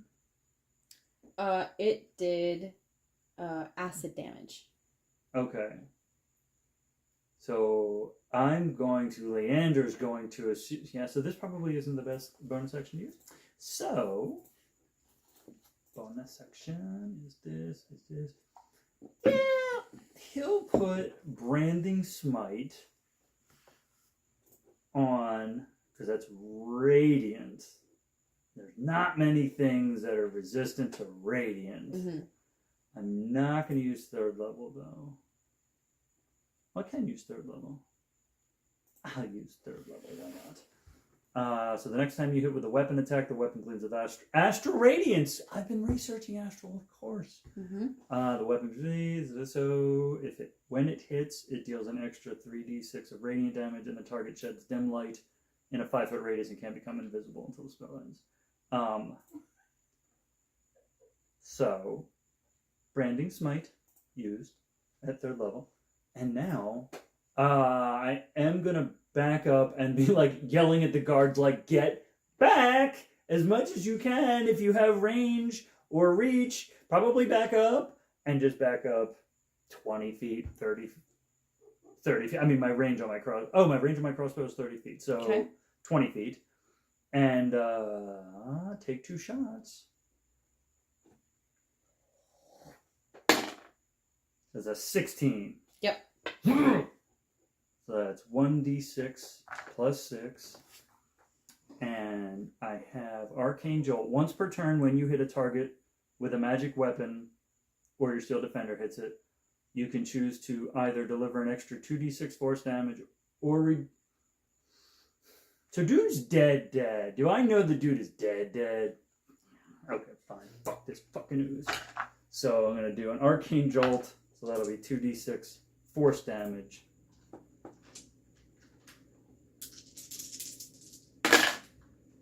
Oh, 6, 7, 8 plus 6 is 14. So 2 of it is force. 12 of it is piercing. And then the Branding Smite was 3d6. Okay. And that's radiant. That's 12. 6 and 5 is 11 and 1. So 12 radiant. Okay. Whew. And that's my first attack. Yep. And you see it just recoils. You hurt somebody who could have been my friend. Or possibly enemy. I don't, it's fine. We'll figure that out later. It recoils and starts kind of moving in the opposite direction. Or like sideways, because it's like, oh, that fucking hurt that direction. I'm gonna go this way instead. Yeah. So then I'll take the second shot as the cutting it off, like it's going that way. So I'm gonna try to hit the edge of it that's going that way, or not the edge, but like hit the side of it going that way to kind of keep it contained. Are you taking a picture? Yeah. So that's a 25. Ooh, yeah, that hits. And that's 1d6 plus 6. So that's 8. Okay. 8 of... 8 of piercing. Magical piercing, but piercing. Okay. Okay. So... And so I can't... So Buzz... I've used my bonus action, so Buzz's actions are... No, that's magical tinkering. On his turn, in combat, he shares your initiative count, goes immediately after you can move, and use its reactions, but the only action it can take on its turn is the dodge action. Okay, so it's going to get in, like, Buzz is going to get within 5 feet, like, above, and take the dodge action, which means, I think that means any attack against him has disadvantage. When you take the dodge action, you focus entirely on avoiding attacks. Until the start of your next turn, any attack roll made against you has disadvantage. Yeah, so he's dipping and dodging and doing his little fucking hummingbird thing, but he's staying within 5 feet of it because he can use his reaction to impose disadvantage on an attack it makes against someone else. Okay. Yeah. So the next attack has disadvantage. No, if it makes any attacks on him until the beginning of his next turn, that would have disadvantage. Oh, okay. Or if it makes... So essentially, the way I use it is Buzz is an anti-crit. So if the thing he's near hits someone else, usually I don't use it unless that person's really, really, really low. Yeah. But like I usually wait until if there's a crit, then Buzz imposes disadvantage because then it nullifies the crit. Okay. But yes, he's there to help people out. Okay. Come on, people, don't die. Is that his whole? That's the whole turn. Okay, now it's the ooze's turn. Yeah. Yep. So,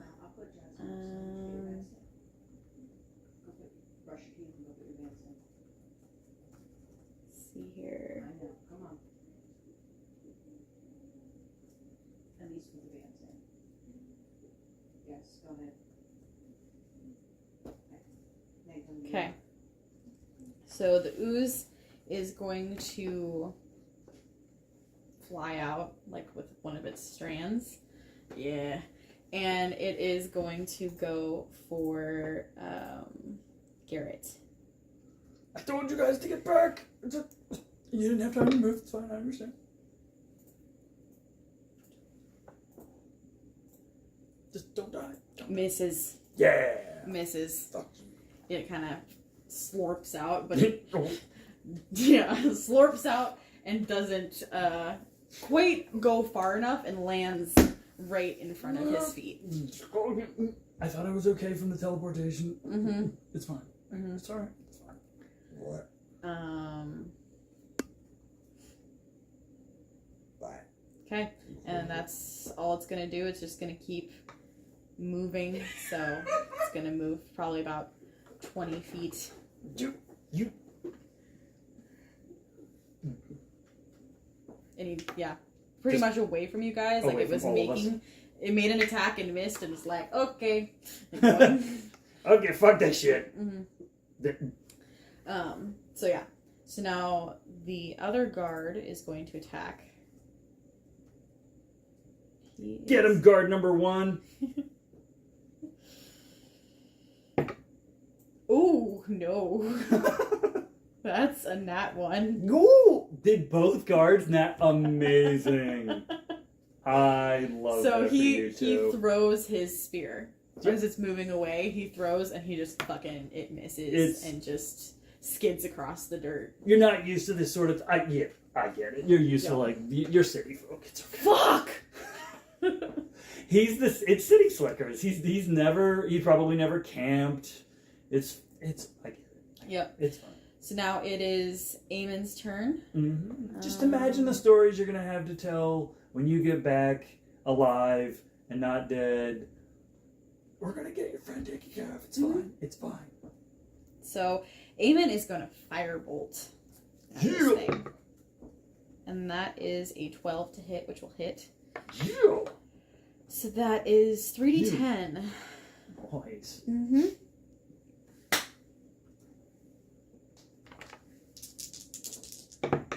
So that is 13,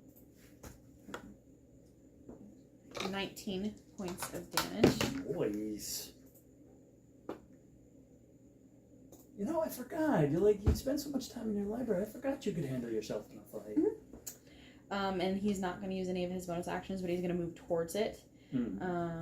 Just still keeping within about 15 feet of it, but like. I'm trying to think if Buzz has an opportunity attack as a reaction, because he was within 5 feet of it. It's fine. That's already passed. Okay. Yeah, because everybody's been kind of staying out of its range. Yeah. Yeah. Buzz is like, you want me to stay with it? You want to? Okay. So the first guard, he's watching it move away. Mm-hmm. He's looking over at his friend that's underneath the cart, and he's gonna go run and help his friend. You go help guard number 3. Yep. Wait, are you guard number 3? You go help guard number 4. Sorry. You were guard So number it 3. is your turn. Yes. Okay. Alright. Fuck that fucking thing. So fire did good? Mm-hmm. pretty good. Mm-hmm. You know what then? I get 2 shots, or I get that. That is the trade. Let's see then. I'll do Firebolt 2. Okay. Because that has 120-foot range. I don't have to move for that. Correct. I didn't have to move for the crossbow probably either. Correct. The trade is I only get 1. Okay. Crit for me. 24. That hits. No. No. What's wrong?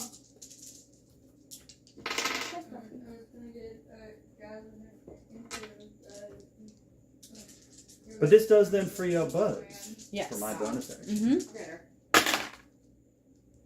Okay, so that's 10 plus 1 plus 6 is 17 for the firebolt. Oof. That was Eamonn. Just so much smarter. This thing's looking rough. Good. He killed a guy. He might be a complete piece of shit. I don't know. This is the Joel Callahan thing. He didn't do anything. You know him. Uh-huh. This guy could be a fucking asshole. So Buzz then can do a thing. This motherfucker, he's gonna do it again, isn't he? Who knows? Yeah, I know, because that's how the story always works. Buzz is gonna do a force-empowered rend. Okay. His attack for the force-empowered rend is a plus 10. The force empowered rend, is it a touch or is it? It is a melee weapon attack, 5-foot reach. Okay. I'm gonna just assume it's a touch spell. Yeah, like the way I've always done it is that he Yondu arrows. So like he goes. I am through. going to remind you He's gonna that take this damage. thing does acid damage. Yeah. Is he damage immunity poison? Okay, so he'll take damage. He has 72 hit points. Mm-hmm. He's got a solid amount of hit points. Okay. You're like, okay, but that's. You know what? But can Buzz roll to see if he knows whether he should or should not do that? Have Buzz make a perception roll. Okay, so that's his perception is plus 10, right? Is that what we figured out? Mm-hmm.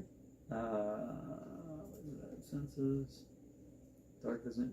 Oh, his passive perception is 20. Okay, if his passive perception is 20, Hmm. then he does notice Mm. that the spear that was thrown, Mm. as the ooze slides past it and touches it, Mm. the blade on the spear corrodes. Ah. So I'm like, get him, Buzz! And Buzz is like, okay, but how about nah? Like, you're not metal. Me, metal. Metal bird. Metal borb. Yeah. Probably not the best idea? Probably not. And I'm like, alright, that's fair.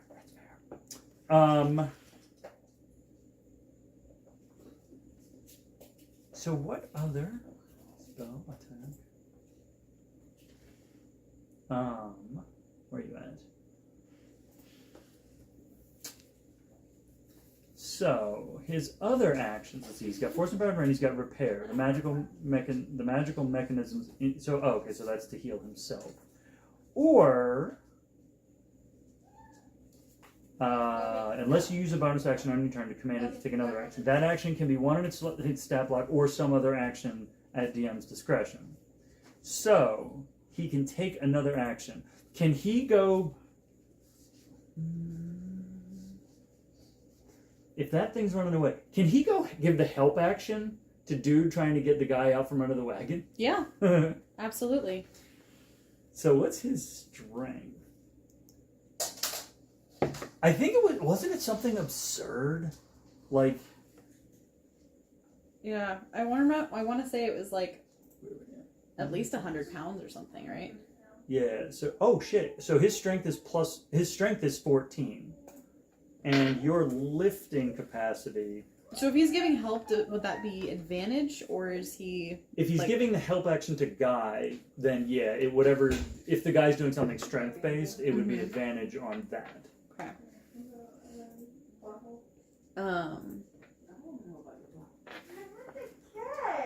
Let's see here.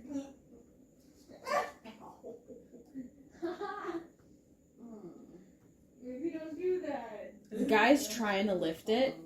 He's really struggling. Sorry, I didn't realize that. He's really struggling. I think it's all their first day. Like, he's getting there. He's lifting it, but it's the whole the way. veins are popping out in his forehead. He's he's lifting, like, the thing is still fully loaded. Yeah. And he's yeah, like it's still trying to got like 5 barrels on it. Like, these are big wine and that's barrels. liquid, and that shit's fucking heavy. Mm-hmm. Presumably it's liquid. It was just a liquid. Mm-hmm. It's fine. Mm-hmm. I know what we're doing when we're done here. I still got this fucking firebolt ready to go. No kidding. Me and Eamon are backing up each 20 feet back, and we're just fucking blasting it with firebolts until fucking the whole thing goes up. Right? Hey, dude left the shit here. Yeah. So he gave the help action, so that's his turn. So yeah, he's So his done. turn's We're over. done.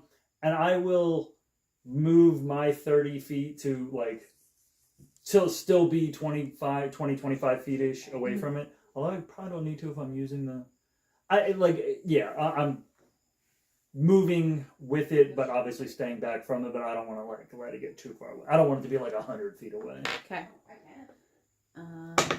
You keep Fluffy out then.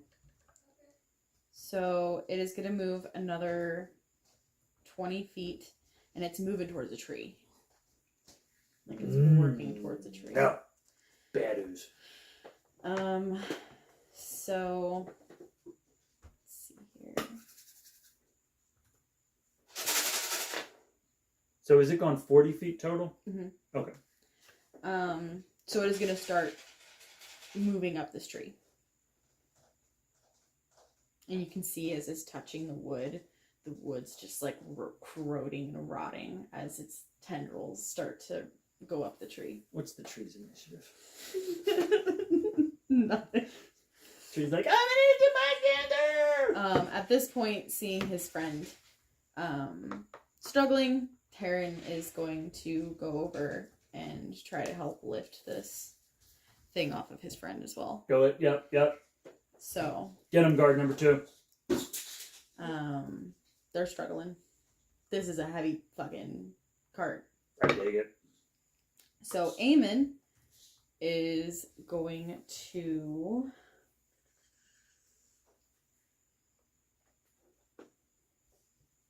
Oh, don't forget you had guidance too on you. I did. I think that's for an ability check. I think it's only ability checks. Okay, just making sure. Because I thought about using it. I think I thought about using it on a history check. Once before the spell ends, you can roll a d4 and add it to one ability check of your choice. Yeah. I did. A couple times. Because effectively, I can at least give myself a +6 if I use Flash of Genius and Guidance on the same one. Yeah. So Eamon's gonna firebolt again at this thing. Yeah. Get it. Burn the tree. Well, it's on the That same hits. one. 3d10. There's... Where did 10 go there?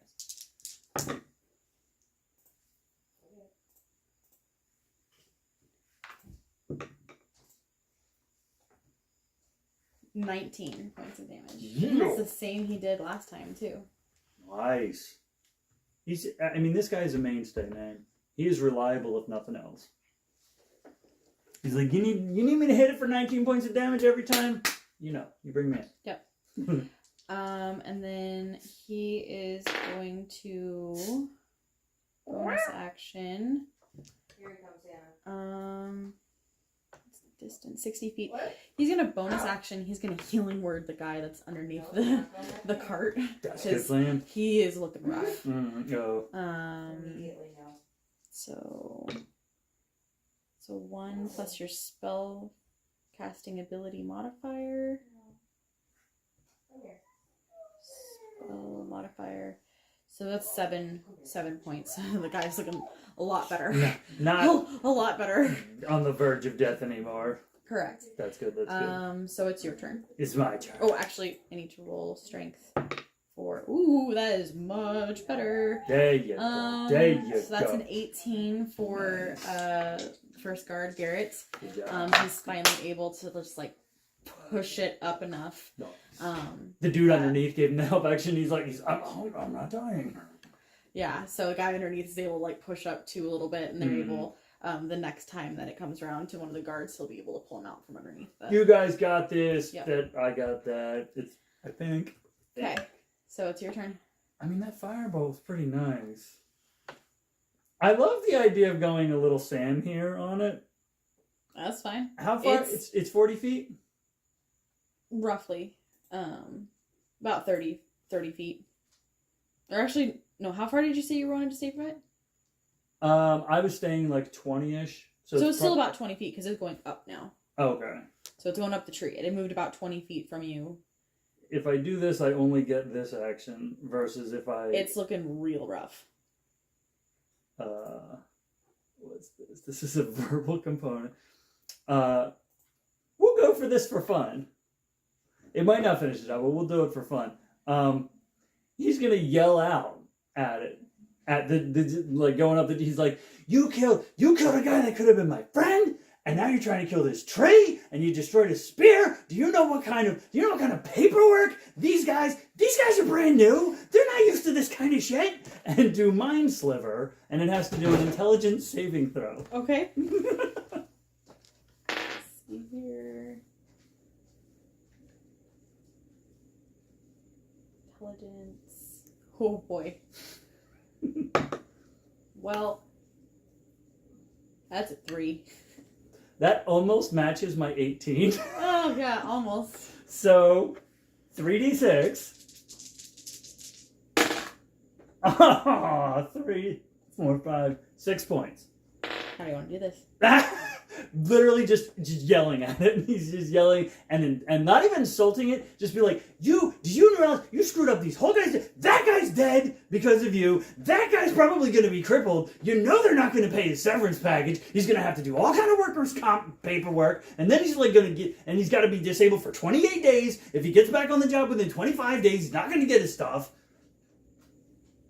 Just keeps Just going. yelling at it. It's just yelling it into... So it's like trying to crawl up the tree, and the tree is, corroding and stuff, and the tendrils are starting to slow, and like a few last little tendrils move. No. Before it just kind of like slurps down the tree onto the ground at the bottom. It dies of sheer embarrassment. Correct. And at the very end I go, I'm not angry. I'm just disappointed. Amazing. So just kind of like melts. I killed it with disappointment. Yeah. I dad yelled it in disappointment. And at this point, the other guards have been able to pull the guy out from underneath the cart, and they kind of have,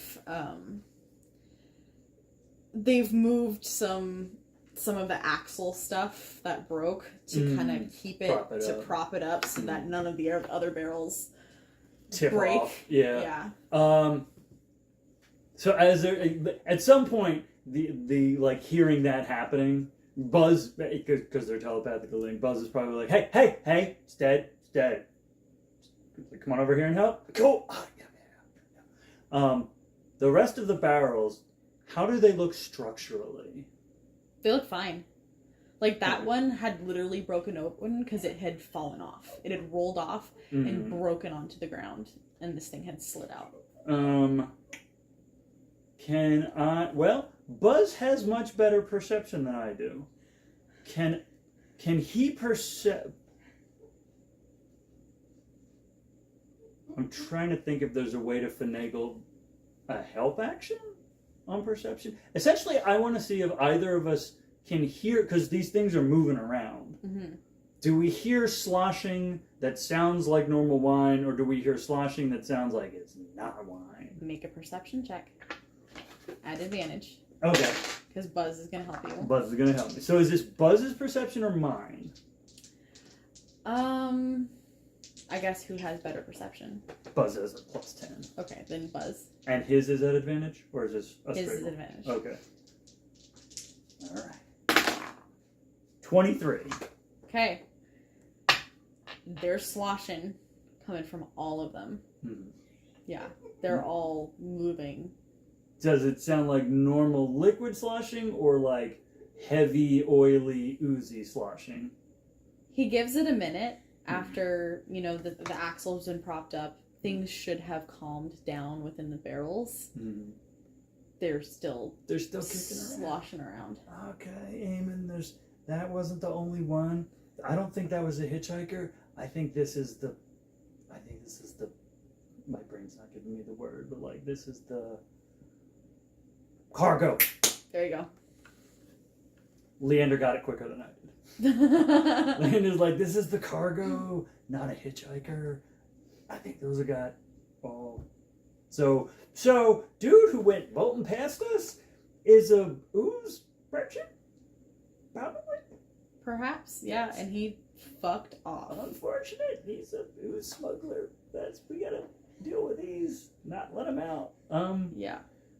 What do I have? Let me see here in my inventory. Let's go down to the normal stuff at the bottom.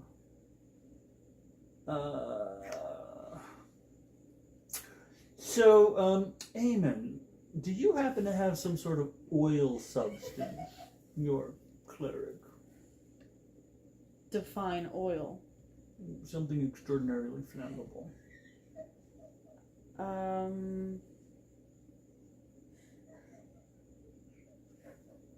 I do not. Yeah, me neither. I have dagger, hammer, pythons, rope. I have a tinderbox. I have torches. I'm trying to think if there's a way out here that we can, because I'm thinking like dousing it in oil, like napalming it, so that it's burning, but they're not getting out. But once the barrels start burning, they're probably going to be able to get out. Yeah. The guards at this point, they've been able to get their companion out, and one of them is starting to unhook one of the horses, one of the good horses that doesn't have a broken leg. And Eamon has gone over and he's cast more healing into guy. Actually, he casts healing into the horse because the guy is doing pretty okay. Oh, the one with the broken leg. Yeah, the guy's doing pretty okay. See, you're so much better person than me. I didn't even think of that. Such a bit. So he casts first level Cure Wounds on the horse. So that's 1d8. Good man, good man.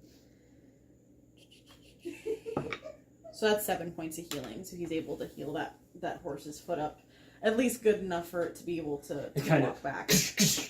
Yeah. And the horse is like, ah! So the first guard, he looks at all of you and just goes, "Thank you for your help. I'm gonna go get more people. Yeah. Because we need to deal with this, and there's like 4 more, right? There's 5 more. 5 more barrels. Oh yeah, so there's 5 more of those at least. Yes. Yeah. Yes, I'll be back. Okay. And he just like jumps up on the horse, also bareback, Mm-hmm. and starts riding back towards Zadash. Yes. While the other 2 guards kind of pull out their swords and stand guard of the barrels, and they just kind of look expectantly at you guys like, we're good. Cool, bye. I say this with a lot of respect. You're absolutely not. But if you think you are, just don't let the barrels fall. If you don't have to fight them, yeah, you're probably good. Yeah, I don't know what they want to do with these, but I don't want to open them now. No, absolutely not. Do I have a way for, if the barrels get opened, for them to notify them? Feel like I probably don't. You know, I think you guys are absolutely right. You absolutely have this. Nothing's going to go wrong for you. I rolled a 13 deception. They're just like, thanks. you can go now. Cool. Like they're back in like guard mode. Yeah, yeah. They're like, you can stop the thing. Right. Obvious. I can't tell if that's Buddy or not. Is that Buddy? Is there wearing a harness? I can't see. Oh, that's the body. Come here, my body. He was sniffing my foot. Oh, yeah, my body. Boy. Come here. It's the body. It's the baby. That's my body. Boy. Hello. It's my destination based. So yeah, they just kind of like nod like their thanks Mm-hmm. and just kind of watch as you start to move on. Yeah, cool. We're gone. We're going. Okay. That way. So you walk for another couple hours, Mm-hmm. kind of talking and shit talking the guards. Hey, they're doing their best, okay? Like, Nope. No, that's actually perfectly. I was just making sure that he didn't knock it over when he sniffed it. Hi. I am the supervisor here. I'm making sure. I need Jinma to pop in. Nobody wants to see your butthole, buddy. Yes, it looks like the sigil to plane shift from Teloria to Exandria. Nobody wants to see it, though. So you walk for a few hours, and you decide to stop to make camp, My cat's an alcoholic. apparently. Camp! Camp. Camp. Hungry? Hungry, Eamon? We have rations. You want me to catch something? Yeah. Cool. What do you want? Whatever's here. Displacer beast. Is at the the table. Displacer Beast... Can I make friends with the Displacer Beast? Yes. I'll do some, is there like a... Animal handling. Is there a game... What do they call it? A game trail, right? Is it... Because this is a campsite, is it like a... What appears to be a used, like... You just kind of find a little open clearing. Mm-hmm. It's still within the forest, but Cool. I'll get dinner. it seems okay. I got dinner. Okay. I'm gonna go get dinner. Roll perception. For me or for... I'm gonna roll me. That's the one. Oh no, I'm sorry. It's a 3. It's a 3. It's a 2 plus 1. Everything seems fine Excellent. and safe. Cool. Yeah. I will point out that mechanically, Buzz can't be surprised. Okay. And his passive perception is 20. Okay. And I do love whatever he knows, he doesn't tell me. So whatever he has seen, yeah. What are you doing? Oh, I'm sitting there completely convinced everything's safe. Okay. Are you cooking dinner? Oh, did I catch something? Are you trying to catch something, or are you trying to eat rations? So Leander's trying to catch something. Given that roll, I don't think he sees anything, but I do love the idea that Buzz caught something. Okay. Roll Buzz's perception. Buzz's is a 21. 21. Okay. Yeah. Buzz sees a small rabbit. Oh. I thought he's like, Leander's asleep. Small rabbit. Mm-hmm. So does he have to roll an attack? Yep. He does. He's going to do a force-empowered rend on a rabbit. As a 14. Ooh, yeah. Oh, yeah. So it's only 1d8 of damage. Let me see. He does 9 points. I'm sorry, 1d8 plus 5.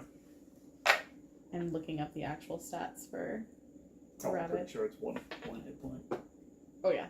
It's 1. Armor class 11. 1 hit point. He just... Yeah, he just goes straight through it, like straight through his heart. Yeah, I was going to say, dead. it doesn't feel it, it doesn't even know. No, Just yeah. 1 second it's alive and then it's not.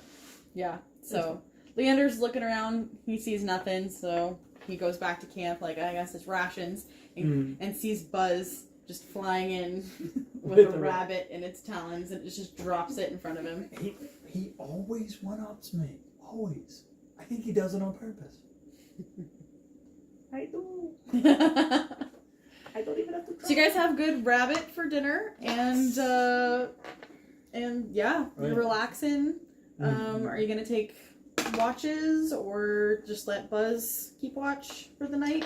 Yeah, I think Buzz can keep watch, and then since we're telepathically linked, he can literally just like scream like air horn into my head Perfect. if something when the displays. I mean, if the displays to be shown.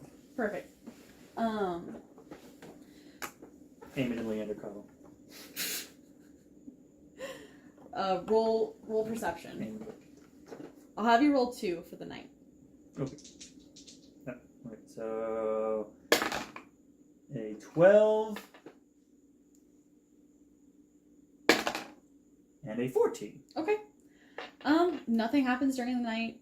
Everything seems pretty chill. There's, some small animals that kind of move through camp, but like nothing like terrible. Like a fox peeks its head out from behind a tree and kind of looks around and skimpers off, and Buzz is kind of going around Buzz scaring him all the way. here's an owl lands in the tree and it watches it catch a mouse, that kind of stuff, but nothing bad happens. So you get a full rest. What? I wake up in a library. Nope. In the forest with Eamon.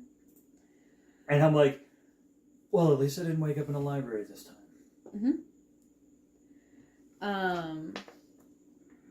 So you start out walking the next day, and you walk for a few hours just following Buzz. And you're like, hoping Buzz knows where he's going? The creepy old lady who helped me go from one universe to another said, you know the way. Yep. I took her at her word.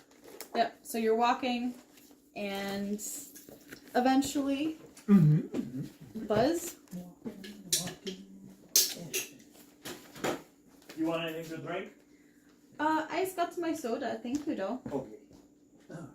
Let's get my next soda.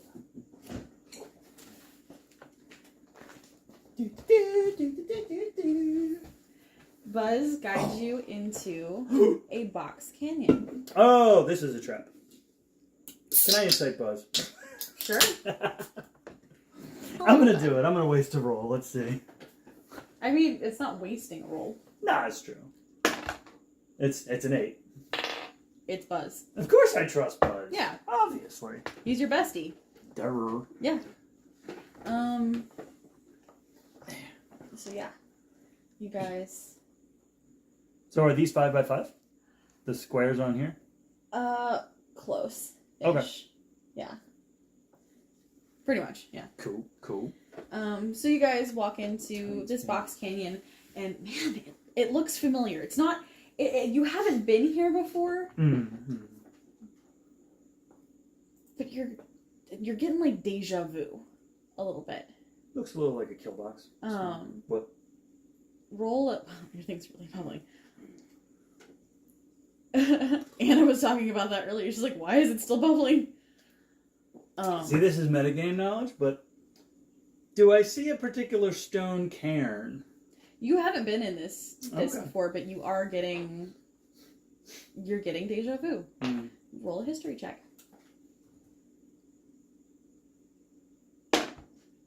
25. Fabulous. This reminds you a lot of the place that Kaylin took you. The walls, the rock walls, are just covered in these beautiful vines. And they go all the way around this canyon. And you see people have stayed here. There's a campsite. Where is it? She made maps. She did. See my maps. Are you playing too, buddy? There's a campsite right here. Is he on camera just to make sure? Because that's amazing. Yes. Excellent.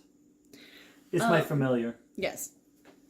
So there's you can see there's a campsite here. Like, people have stayed here. It doesn't look like there's been anybody here recently, but it's definitely been used in the past. But yeah, you get really, really, really strong vibes of the basically just the general this is somewhere someone was laid to rest type vibes. Not laid to rest, but you're getting the feeling like you keep thinking about where Kaylin took you. Like, this reminds you of the secret entrance behind the vines kind of thing. So. It's all a trap. Mm-hmm. Everything's fine. So I'm gonna have you and Eamon roll investigation. Yeah. That I am also good at. Nope. It's an 18. What did you roll? I'm just curious. An 8. Oh, okay, I rolled a 5. Yes, we're both dumb. Okay. Also, roll investigation for Buzz. Okay. When you or another creature. Okay. So he rolled a 12. Let me see what his investigation is.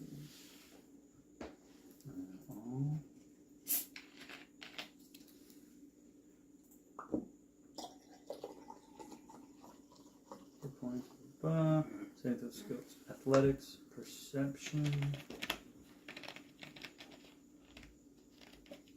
Come on. This is very good for several places.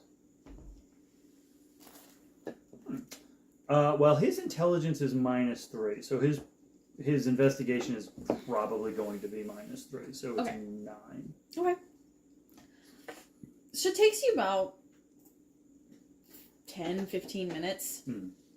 You're just walking along the wall, just kind of moving through the vines. You're just looking like you're just feeling like there's got to be something here. Buzz has brought us here. It's a box canyon. There's nowhere else to go. There's got to be. It's clearly an ambush site. There's got to be something here. Right. So you move through the vines, and eventually you see a change in the stone. Like the stone's been pretty solid, and then it starts to dip in, and it looks like it's been carved out. And as you move some of the vines over here, you pull open the vines to find a ledge, like a carved out ledge. And sitting on the ledge is a stone gargoyle. Hi. And it's sitting there, its mouth open, its wings out. And there is text that is underneath said gargoyle statue. Okay. Let's see. Okay. I have no voice, but I speak to you. I can open doors to things anew. In my absence, many will plead. In my presence, they achieve with speed. What am I?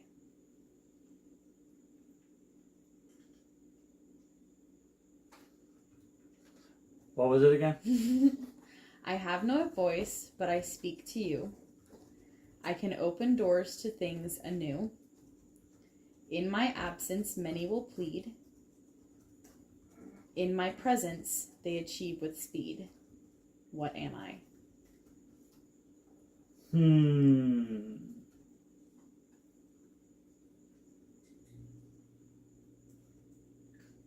So he's just sitting there, his mouth open.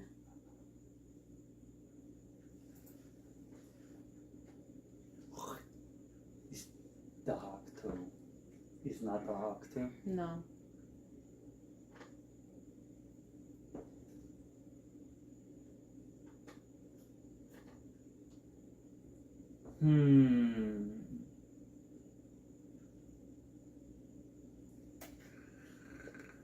Buzz. Hey, Buzz. Is it money? Because the bone lady gave me a coin.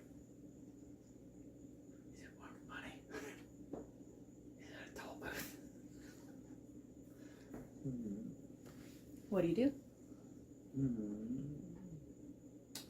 I take out the coin at the very least. Can I Okay. look? And I like it. Can I look at the coin? Yes, I can look at the coin. I want to look at the coin and see if there's any sort of markings, anything, just whatever markings would be on it, or any. It just looks like an old coin, like an old coin. Mm. Like you've seen the money that was used when you were with Kaylin. It doesn't look like that. It looks like it's older. Kind of think like our money compared to like finding old Roman coin. Okay. Like that kind of vibe. It's the voice thing that's tripping me up. I see key.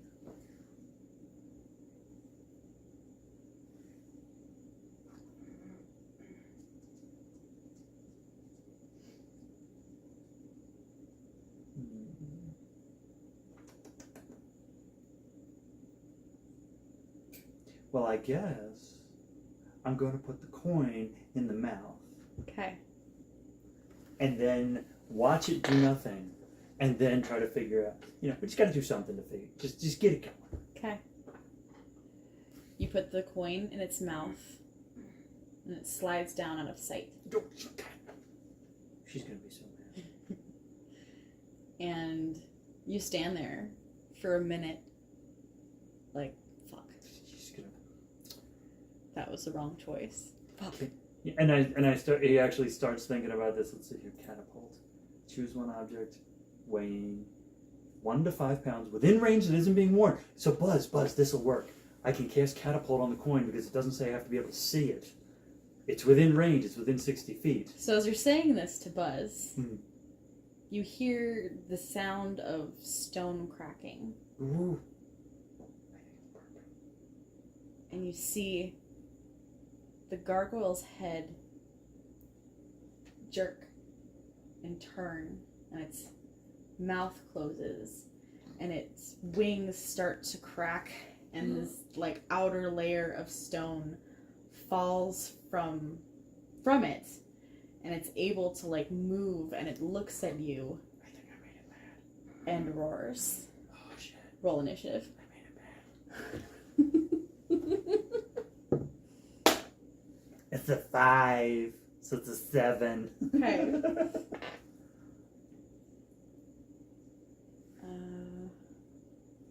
Let me close some of these I don't need anymore. No. Bye-bye, black pudding. Yeah.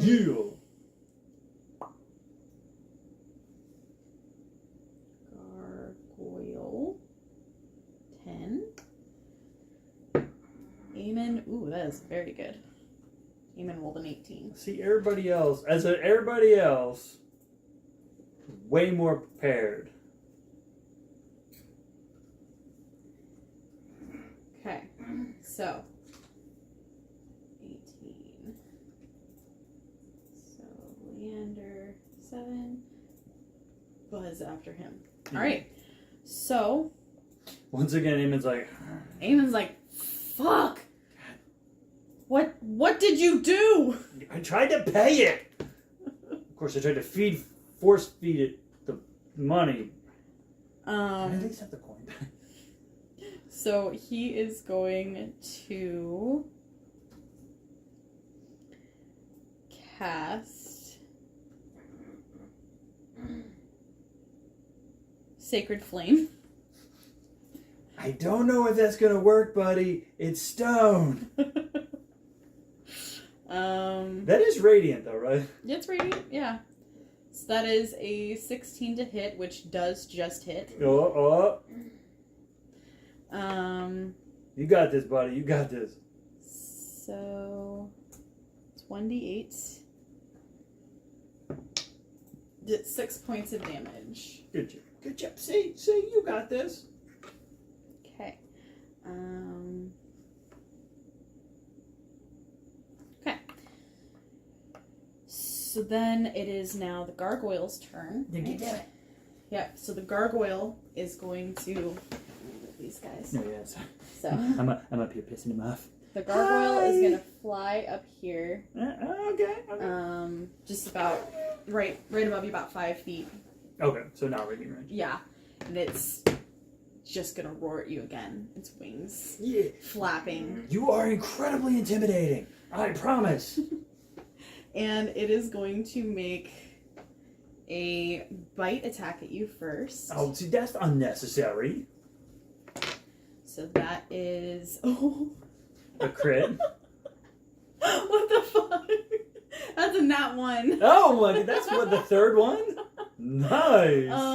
It's the DM's curse, I guess. It's gotta be that. Yeah. Wait, are those Misty Mountain dice? They are. There's the dice that I used for Caitlin. No, nice. Yeah, it's just the demon curse. So that is a 5 to hit. So Yeah, it'll miss. that almost hits. So then it is going to, so it's going to bite at you right in front of your face. So then it is going to make a slashing attack at you with its claws. And that is a 21 to hit. 21 would hit, but I will use shield. There you are, yes. Okay.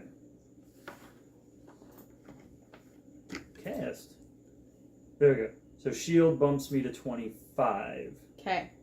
So Like- it makes a slashing attack at you, and as it does, its claws come into resistance with this magical energy, and it just kind of moves past you, and then it roars at you again. Yeah, no, I know.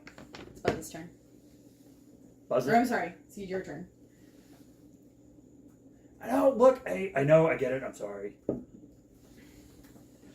My shield. And you notice now as this gargoyle is flying, it looks very draconic. That's cool. I want to talk to the dragon. I want to talk to the gargoyle, but I don't. It's impolite to kill things. It's fine. So you said it's 5 feet away? Mm-hmm. So it's still within range. It's still in melee range. Is there any metal on it?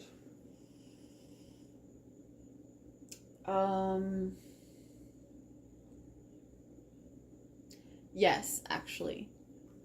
Its claws and its eyes look like they're made out of some kind of like steel or iron or something. Cool. So when it makes that slashing attack, and I put up the shield, and its claws kind of hit that resistance, I'm going to grab at the talons, like at its foot, essentially, where the metal is, to cast Shocking Grasp. Okay. And because they're metal, it's advantage. Yeah. That's why I asked for metal. Like, yeah. Wow. 15. Okay. That hits. Wow. That is its armor class. Oh my god, that is impressively. I mean, to be fair, I'm essentially reaching through my own shield. Like, there's the shield, and then the spell kind of like buffed it. And so I'm like trying to reach around the physical shield, kind of forgetting there's that magic, and I'm like, I gotta fucking fuck. Woo! Okay, 3d8.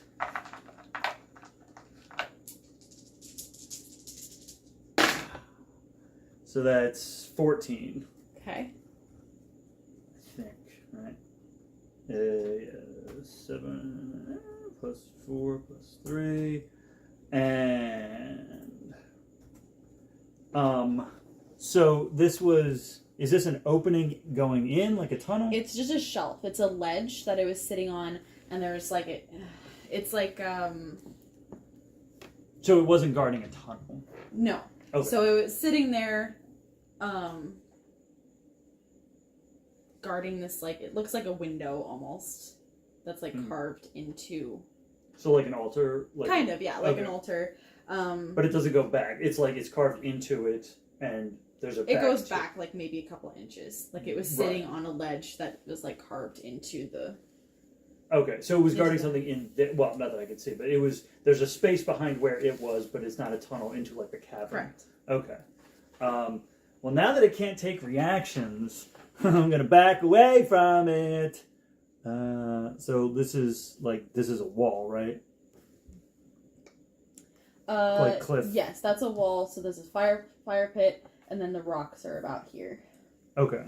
Well, then I guess I'm just gonna back into like this area. I'm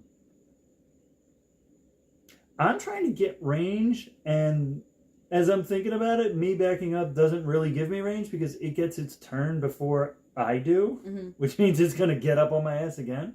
But I'll give it. I'm gonna back up to here. Okay. Because these are 5, 10, 15, or it's like 15 to 20 feet ish. Yeah, it's about 10 feet. Okay. Each square is about 10 feet. Yeah. Okay. You don't get a reaction. Sorry. You know, I legitimately feel bad about like attacking this thing.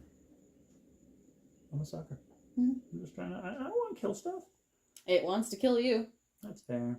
It's doing its job. You're just doing your job. I understand. And then Buzz don't give a fuck. he's going to use his force powered rend. Buzz is like, you fucking softy. Buzz is like, this is, you know what? I'm going to say it. This is why I almost died in the fucking tunnel. I said it. Leander's like,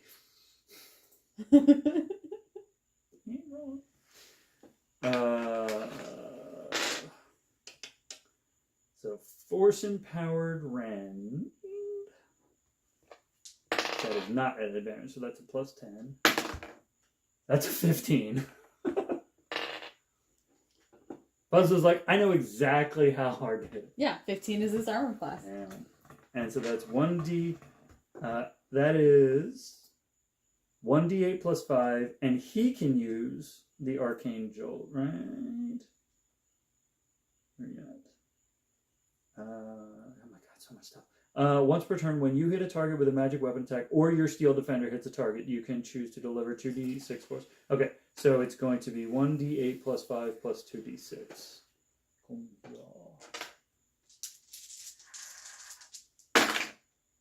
See, he's always got to show me up. That is 7 plus 5 plus 5 plus 5 is 22 points. Ooh, wow. Buzz is like, yeah. This thing's looking very rough. Like, pieces of it are, like, cracking and starting to fall off of it. Buzz don't give a fuck. Buzz is like, I am literally the only reason you're alive. Mm-hmm. All right, so Eamonn is going to be next, unless Buzz has anything else to do. No, Buzz will stay around it. Okay. Essentially, so I don't necessarily think that Buzz has opportunity attacks. So can it basically be that, like, if a thing that he is staying around moves, he basically moves with it? Because that's how he would have to be within 5 feet of a thing to use his deflect attack. Oh, I also realized I did this wrong for his last thing. I'm just going to see real quick. Mm-hmm.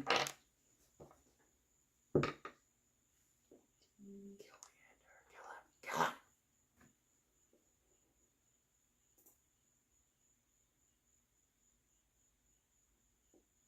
Okay, so I did that right.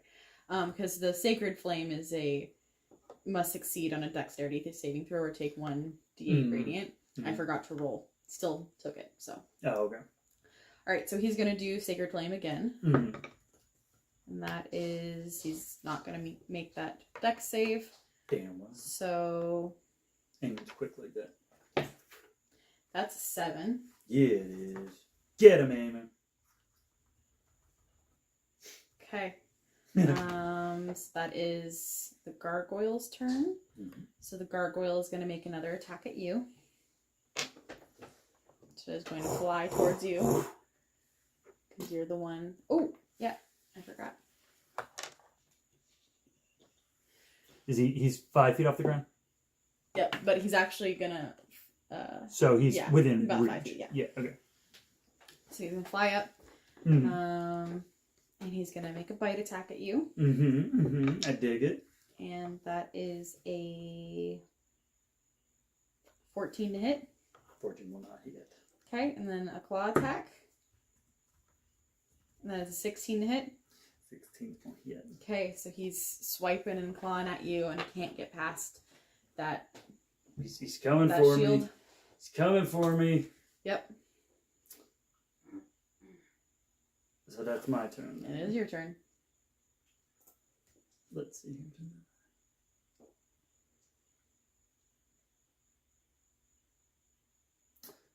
So this is a creature. This is not a thing under the...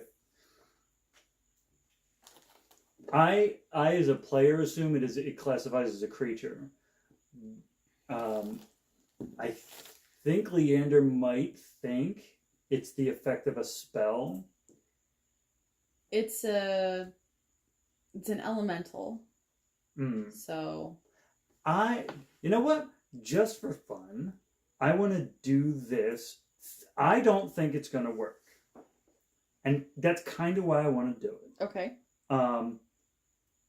He's going to cast, that's a 3rd level, so he's got a couple of, okay. He's going to cast Dispel Magic on it, thinking that it's a, like, it's a thing that has come alive under the effects of a spell that was triggered. And thinking, like, I might not have to kill it, like, I can just make the magic stop. So he'll use his action to cast Dispel Magic. Okay. Which says, choose one creature, object, or magical effect within range. Any spell of 3rd level on the lower on the target ends for each spell of 4th level. So if there's no spells on it, nothing should happen. Okay. Let me just check here real quick. Mm-hmm.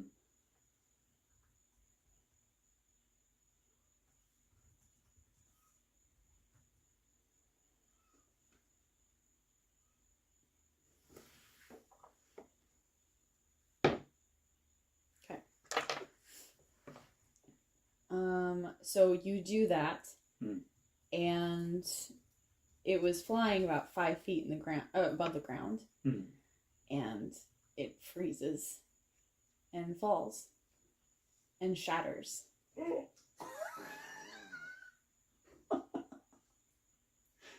No. It shatters at your feet. Make an investigation check. Are there now 7 mini baby gargoyles? Investigation. Okay, that's a good. That's 26. So as you look at this pile of stone that is right at your feet, you see something glint in the sunlight underneath some of the rubble. And as you reach down, you pull out a beautiful skeleton key. Ooh. It looks gorgeous. Is the coin in there? You find the coin too? Yeah. Whew. Okay. Yeah, you find the coin. You find this beautiful skeleton key. What do you do? Go over to the what my brain is saying, enclave, not the enclave, the The shelf. Yeah, the shelf of shelfening. Yes. Yes, and take a look-see in there. Okay. As you look around, you see that behind where the gargoyle had been sitting, there is indeed a keyhole. I've seen Goonies. I know what happens when you reach into... Have you ever seen Goonies? Oh my god. Okay, that's another movie we're going to have to watch. In the movie Goonies, they have a key. And it's not like a key, but it's a key that it is a key. And they find the spot where it goes, and it's like fucking recessed in. There we go. And so they have to reach in, place the key, and turn it. And when they do, a thing slams shut on their arm, trapping their arm. And literally, I'm like, yeah, Leander's gonna reach in, turn the key. He's not reaching into anything like too deep. It'll just catch him on the wrist, and then he'll have to cut totally. his own hand off. It'll be fine. It's fine. I'm going to use Mage Hand. How heavy's the key? It's just a regular key. It's so like a skeleton key. So 4.9 pounds. Right, got it. I'm going to use Mage Hand to hold the key and like fucking jazz hands too. It's not just going to... It's like... And I'm like, stop showing off. Just fucking unlock the thing. And it's like... And it places the key in the keyhole. And then it turns around to Leander and it's like... And turn the key. Amazing. I'm sorry. I love the idea that every like mildly sentient magical effect that Leander has busts his fucking balls. Mm-hmm. Like he is the dumbest element of all the magic that surrounds him. Buzz is just fucking tired of his shit. His mage hand is like this fucking guy. I love it. Yeah. So the mage hand goes over. So he turns the key, and as he does that, four ways, so like this, the door opens. So the wall just shifts open, going each direction until you're left with a long hallway. Oh, shit.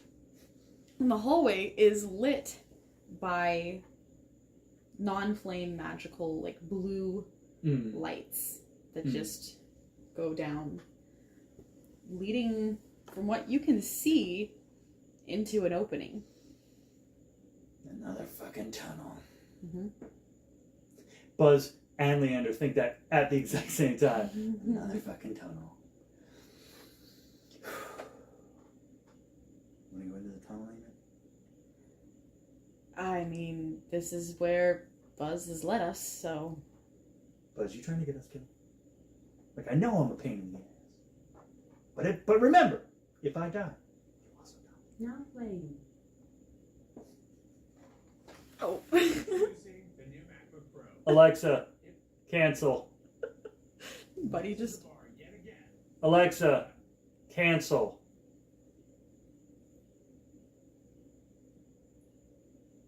Okay. Guess Buddy hit it. Buddy's like, I want to listen to my shows. Right?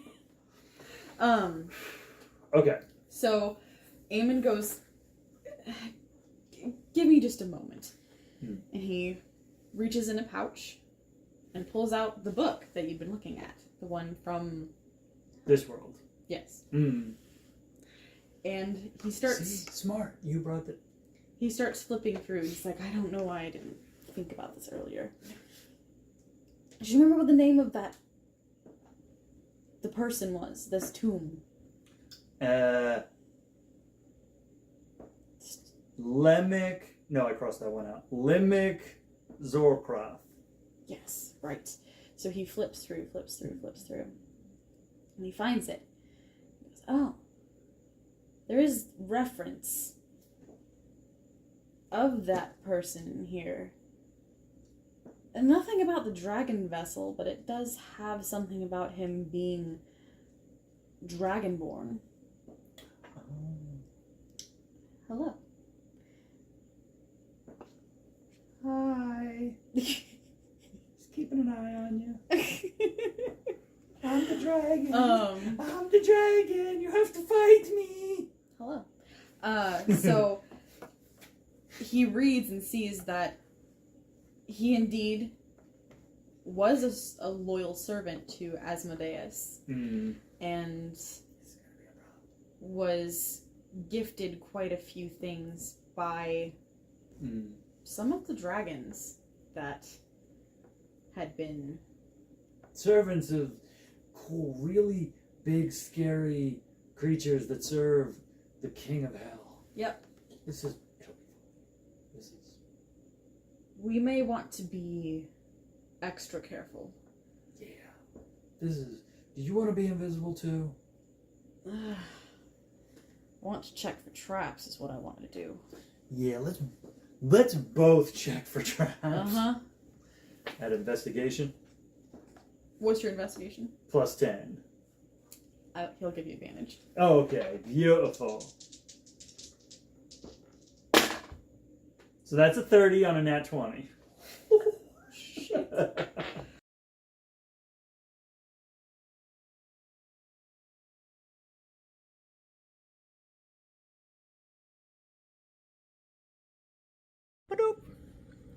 All right. Dramatic reenactment for the last 5 minutes. So where did we leave off? We decided we were walked gonna... down into the darkness of the tunnel. The darkness of the tunnel. Decided not to go invisible because Mr. Eamon's like, I have protection, everything's gonna be fine. Then we found a door, and we found a gigantic displacer beast. I'm curious, and I made friends with him. He's my buddy. No. He literally went no.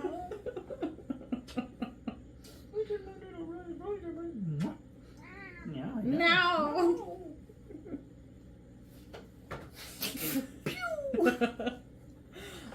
So you walked into the cave and you found this door. Door with a big old diamond. 4 gems with a embedded into it. An onyx and a pearl and an emerald and a never been heard of before Nephrite. Nephrite. And we investigated it and we examined it and we looked at the creases in the door and I knocked on it, nobody answered. And then I pushed on it and my pinky was like, I was like, oh look, he's moved. Okay, I'm not going to push those because if I push those, we're all going to die. So I backed up 29 feet and I said, Mage Hand, go on over there and push those buttons. And my Mage Hand was like, walked along the floor, It was- cousin it style. It flew over and then was like, no, and walked over, and then walked up the wall, and then walked over, flipped me off, pushed the first button, Which clicked very loudly. clicked loudly, and I was like, everybody back! But Eamon was in front of me and Buzz was up here, so I was literally against the wall like Kronk. I was like,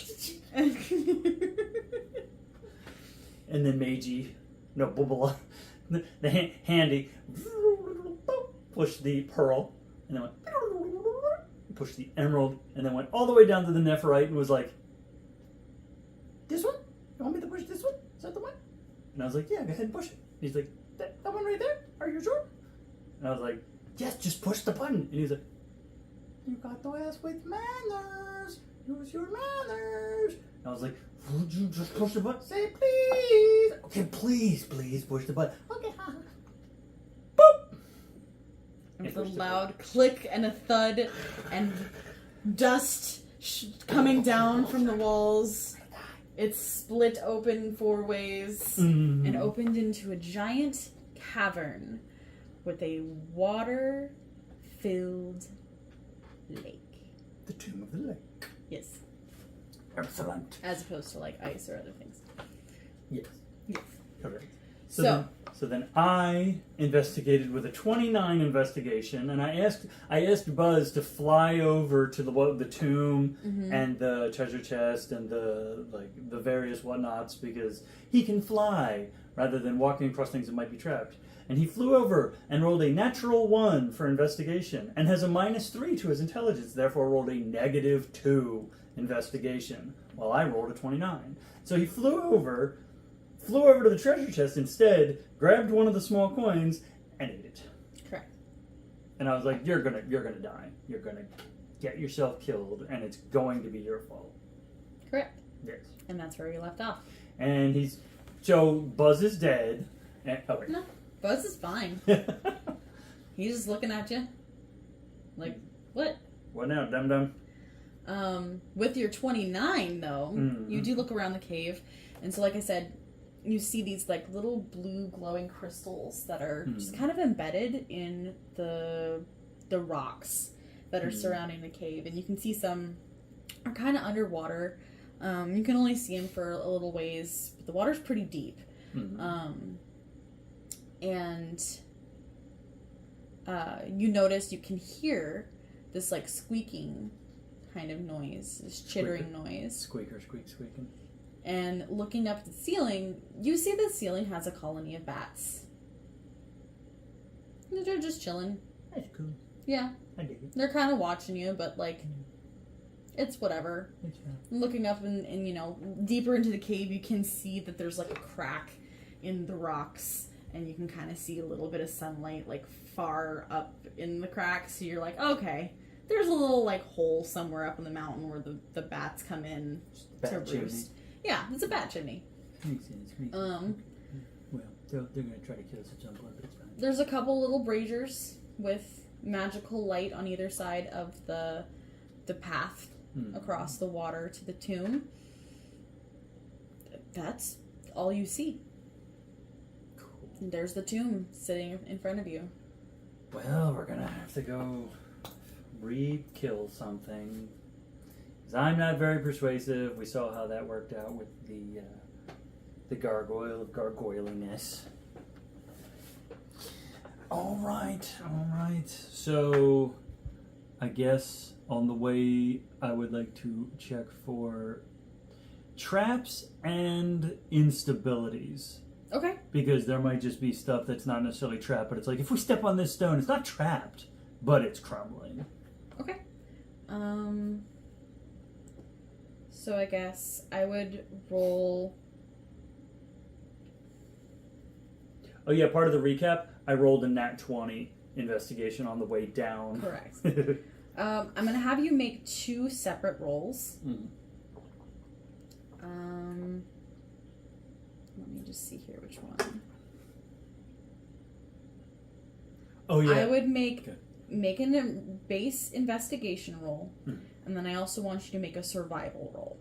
Cool. Because the survival roll is going to be what you're going to check for instabilities. Okay. Yeah. And my nature check on those gems was a nat 1. Correct. Yeah. So my investigation is 24. Okay. And survival is an 8. Okay. Everything's perfectly stable. Hi. Again. Oh, I'm famous. Buddy. I'm gonna kill this gargoyle. Nobody wants to see your butthole, my guy.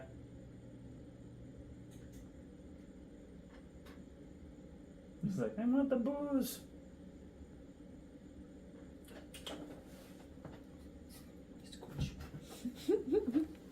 Okay. Okay.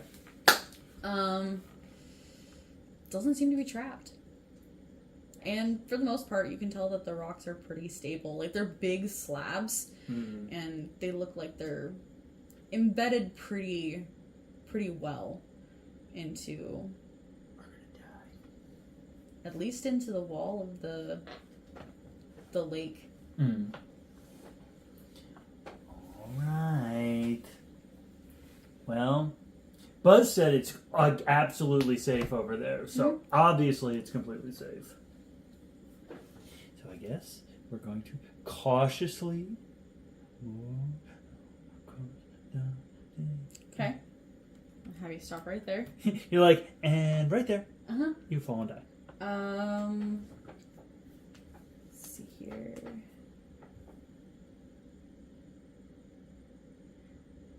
Make a dexterity saving throw. Yes! How bad is that? Oh, that's a +2. Okay, let me double check my reaction here. Because that does apply to saving throws. Okay. He's gonna be walking along with you. He's like, you go first. So that's 9, 10, 11, and I'll use Flash of Genius to add 5 to make it 17. Okay. So you just barely catch yourself as, like, a part of the rock crumbles and slides into the water, and you kind of slip for a second and, like, pull yourself back up. We absolutely have to watch Goonies. He rolled a 15, so we're good. Ah, could do. Yeah, we do. You should watch it. I've never seen it. He saw the moron slip, Yeah. and he was good. So He's basically, keep you're gonna going, make keep it- going. To just the edge Mm-hmm. of there. Mm-hmm. And as you're standing there in front of the tomb, the water back here starts to ripple and vibrate. Like, if you've ever seen, like, a crocodile that's under the water, when it starts to, like, rumble and the water dances up above them when they're, like, rumbling. Yes. That's what you're seeing. Cool. In a very large area. Then I'm going to, because Eamon is so sure he doesn't want to be invisible, I'm going to grab the bolt on the crossbow and cast invisibility out of it. Okay. And does this have a marker for that? Because it does. Oh, there we go. Okay, it has a counter for it. Yes. Okay, so he has crazily 9 more uses of it. He gets 10 uses of whatever he casts into his spell storing item. Okay. Which is crazy. Hi. Let's see here. Do you see the water? He sees the water starting to rumble and churn. And he is going to cast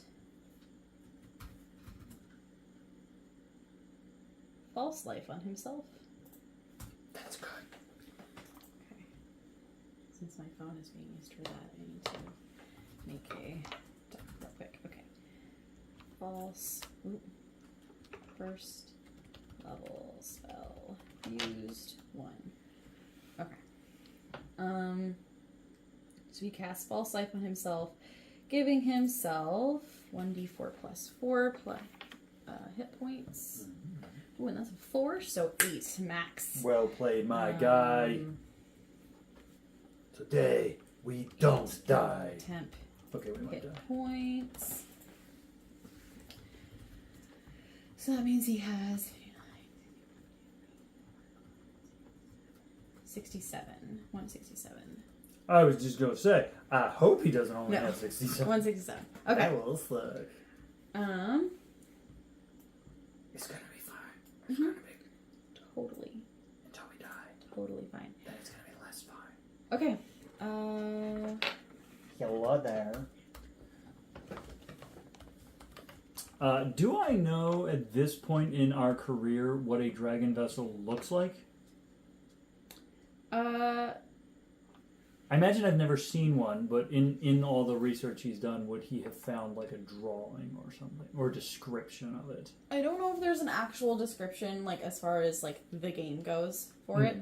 The way that I see it is it looks very much like the Greek vases, and the handles. The handles are like dragons. Okay. Like going up. So does Connecting. Leander know that, or is Um, that like a history roll to see if he would have come across some? I feel like if it was written about in the book, there was probably a sketch of it in the book. Okay. So, let's see here. Hey, 2% uploaded. About 3 hours remaining. Amazing. Sweet. Okay, so the water starts to churn and bubble. Can I quickly, while that's happening, it's honestly, if you this you already cast invisibility, so yeah, no, it was going to be basically like, and I would actually roll it at disadvantage because it's basically like an extremely fast, like before anything happens, can I possibly see what I'm looking for, kind of thing. And essentially whatever it is would have to be like out in the open for him to be seeing it. Like he's literally, because he's focused on that, but he's like, if something's about to pop out, is it here? Is it here? I mean, he can tell where it's coming from because of the water that's churning and bubbling. No, I mean the dragon vessel. Oh, the dragon vessel. Oh, okay. You see broken bottles and this tomb that kind of the lid of it's broken in a little bit from where rocks have fallen from above. You don't see anything that looks like a vessel. Okay. Just sitting out in Cool. the open. Okay, yeah. So at that point he knows, because basically he's thinking, if I see it, if I can spot it right now, like if it's fucking sitting on top of the treasure chest, then there's a possibility like grab and run. If I can't see it right now, then I'm gonna have to search this area. That's gonna have to wait. yeah, It's basically it's prioritization. it's not out in the open. Cool. All right, let's get ready to die. Okay. So the water churns and bubbles, and rising out of it comes this. Oh, I want to befriend it. It's okay. I am friend. I know. Even a friend, why friend shape? So that guy's gonna be right there. Hi, what languages do you speak? You know, I can speak. That will not make me drop invisibility. I'm gonna get. So you see this giant draconic looking creature. Oh, it's so nice. Roll a nature check. Maybe it won't be a nat one this time. It's +5. It's a 14. 14. Okay. You've seen a lot of different types of dragons in the time that you've spent with Aoife, and you've studied a lot of different dragons, and you know about a lot of aquatic types of dragons. You've never seen anything like this before. It's got kind of almost translucent whitish skin and big pink frills on its head that go down its back and onto its tail. He's the axolotl dragon. I love it and I want to befriend it. Yep. And it's moving its head around, but you get this sense that it can't quite see you. I get the sense this is where Leander starts to entertain the possibility invisibility isn't going to help necessarily. It's not going to drop it. But what's Eamon doing as it's coming? Like, he sees it, obviously. Eamon. Yes. You're not Eamon.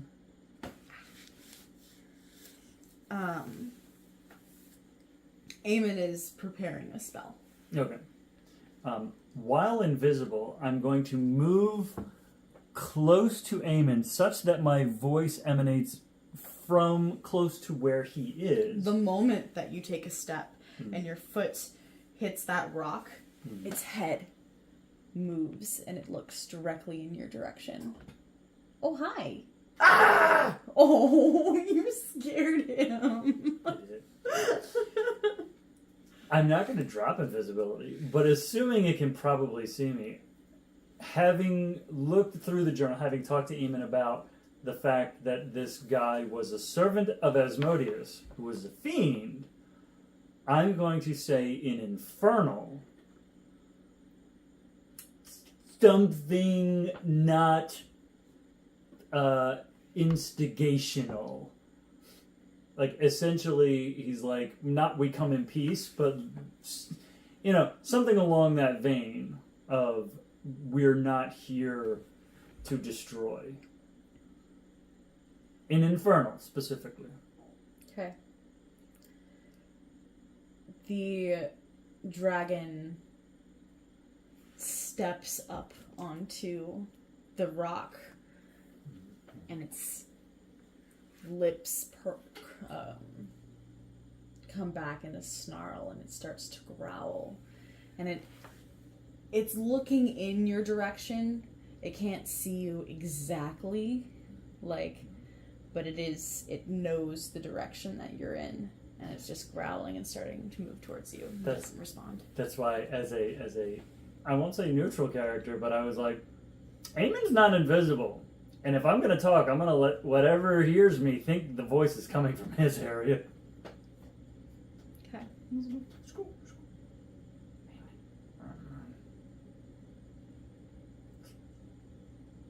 Is it still moving towards us? Mm-hmm. Oh. And it's growling, it's not responding. And it's kind of moving its head. It doesn't seem like it can see, so to speak. But you definitely can tell that it's sensing vibrations. A spell is... Do still have that. A spell is going to cause me to drop invisibility. I don't know Anything you do that, either attack or spell. Right. So, because I don't want to... I want to make as absolutely little noise as possible, I'm going to... I know where that goddamn coin that almost got me killed by that manticore is on me. I'm going to very, very slowly reach to it, pull it out of my pocket, not moving, because I don't want to pick anything up off the ground. Pull that coin out, remembering that my stupidity almost got me killed with that thing.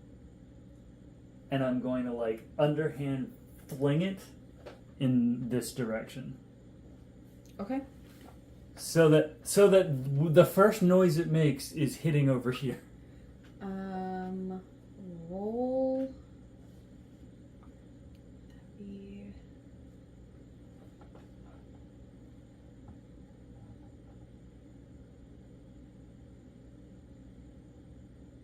Roll either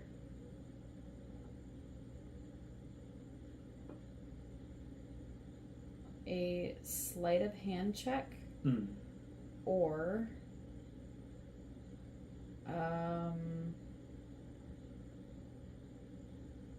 athletics. Well, athletics is +5. Sleight of hand is +2. So we'll go athletics. Okay. Let's see if I'm about to get us killed again. This coin. You know what? I'm gonna roll in that one. This coin is cursed. Blow on it for me, buddy. It's like, excuse me, what? It's a 15. Okay. So you fling this into the water. It like hits a rock and bounces off of it and goes into the water. And the dragon turns quickly and dives into the water. Okay. We have like 6 seconds. Okay. What are we doing? Okay. We think it's probably in the tomb. It's now in the water over here. And you can just see kind of like ripples where it's like coming up and barely like reaching the surface of the water. You can just see the like spines on its back. Oh, it's so Jurassic Park. How high is it? Like, how high up is the roof of the cavern? Oh, it's a good like probably 30 or 40 feet. Like, this is a giant cavern. Okay. So while it's under the water then, I want to ask Buzz politely if he will please stay kind of above where it is so that when it comes out of the water, because he can move in 3 dimensions, when it comes out of the water, that he can make a distraction. Okay. And essentially keep it occupied for at least a bit. Okay. Or keep it chasing him. I'm going to get my... He can turn me down if he wants. So then we gotta go in when it's underwater. Okay, yeah, we gotta check the tomb. Okay, check the tomb. What's the spell you're preparing? He is preparing guiding bolt. Okay, excellent. Does plane shift have to be prepared? Or is that like a thing you can just do? That's a good question. Plane shift. It's a touch spell. 1 action, instantaneous. Excellent. Okay. So then I guess we're just trying to heave the top off the tomb. Like, it's not a thing that can be done quietly, I assume. Well, not heave it off. Like, basically move it enough that we can see in without pushing it off the top. You know what I mean? Like, as clandestinely as moving a huge piece of stone can be done. Yeah, let's do it. Let's talk. Okay, roll stealth. Okay. With advantage because I'm invisible, or does not being seen not matter? Doesn't matter. Okay. Oop, that is caught. I'm about to die. I'm about to get us both killed. Alright, +7. What do you got? I'm gonna get us both killed. That's a nat 1. Oh no! That's a nat 1 for an 8? Nope. Nope. So as you take a step, let's see here. Yeah, its passive perception's 21. Yeah, even my flash of genius wouldn't help. As you take a step, it rises out of the water and attacks. Cool. So, I feel like it would get his attack first, and then you'll be able to roll initiative. Okay. So, as it rises out of the water, it spits out a torrent of toxic water from inside it. So, it is going to deal... Let's see. It's going to... Oh, that is a... What is it? It's fine. It's fine. It's everything's okay. Okay, it's not okay. With this, I don't know if it has to roll to attack. Let me see here. Is it a saving throw? Usually breath weapons are saving throws. It doesn't say. Does it have a range and a plus to attack? It just says it deals poison damage when it hits an enemy with the toxic water. So does it... I would imagine something like that. Does it have a DC something save? I would imagine that's a con save if it's acid damage. Mm-mm. Okay. It doesn't. Does it have a range, or is it a cone? It doesn't. So I will say probably has like a 20 or 30 foot range. Yeah, because usually, like, lightning damage, it describes it as a line, and it has, like, it'll be 30, 60, 90, 100 foot, 120 foot. Yeah.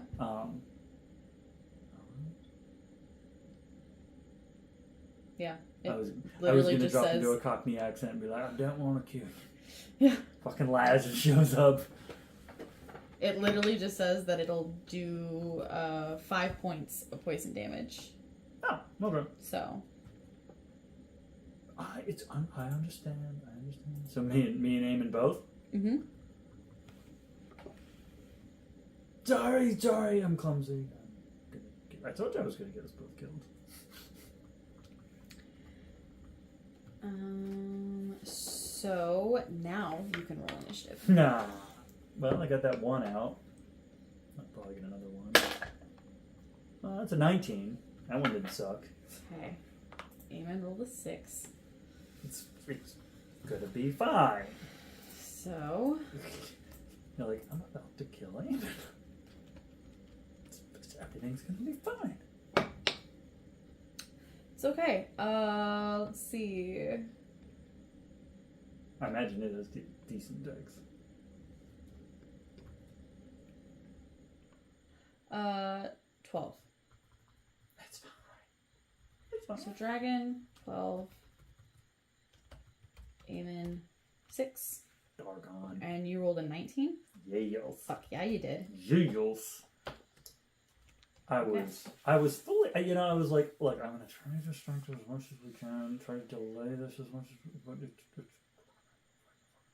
Okay, so what are you doing? I use my free action to shit my pants. So it pops up right, It pops it's right there. Buddy. Alright. Well, I guess we'll have to fucking deal with the tomb afterwards. Let's see. Wait, did I? Oh, I used. Okay, I was like, why do I have spell slots expended already? Okay, cool. All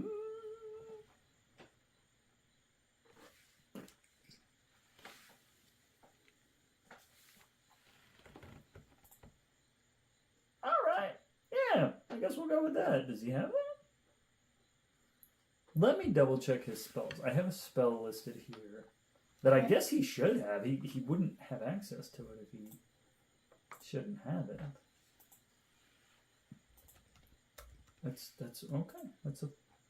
It's gonna be his 1 4th level spell.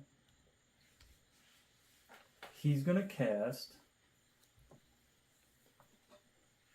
It's 1 action. Okay. He's gonna cast Summon Construct. Okay.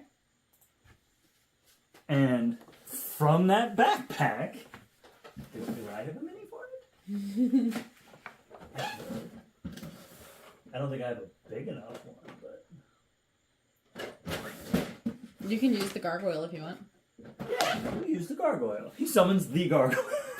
That would actually be very funny, because assuming they don't die, he is going to pick up something that's. We'll get there. Okay.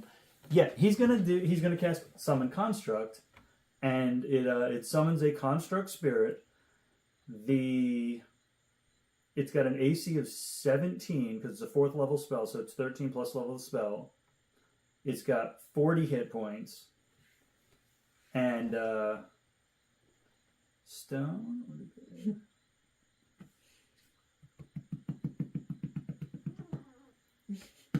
You know what? Ooh.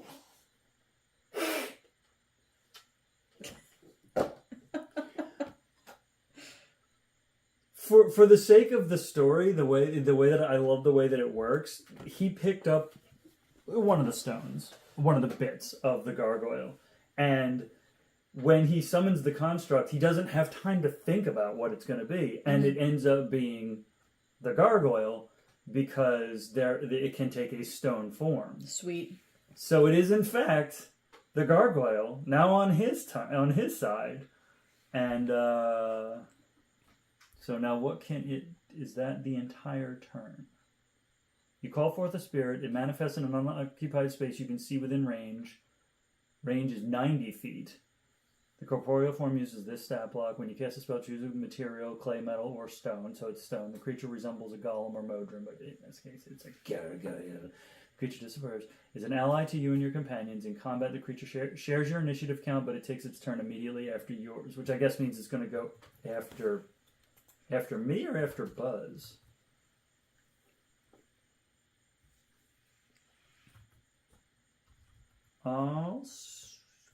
Well, what do you think? After me? I mean, if it Buzz? says immediately after you, then I would say it's right after you, and then Buzz would go. And then Buzz. So. Okay.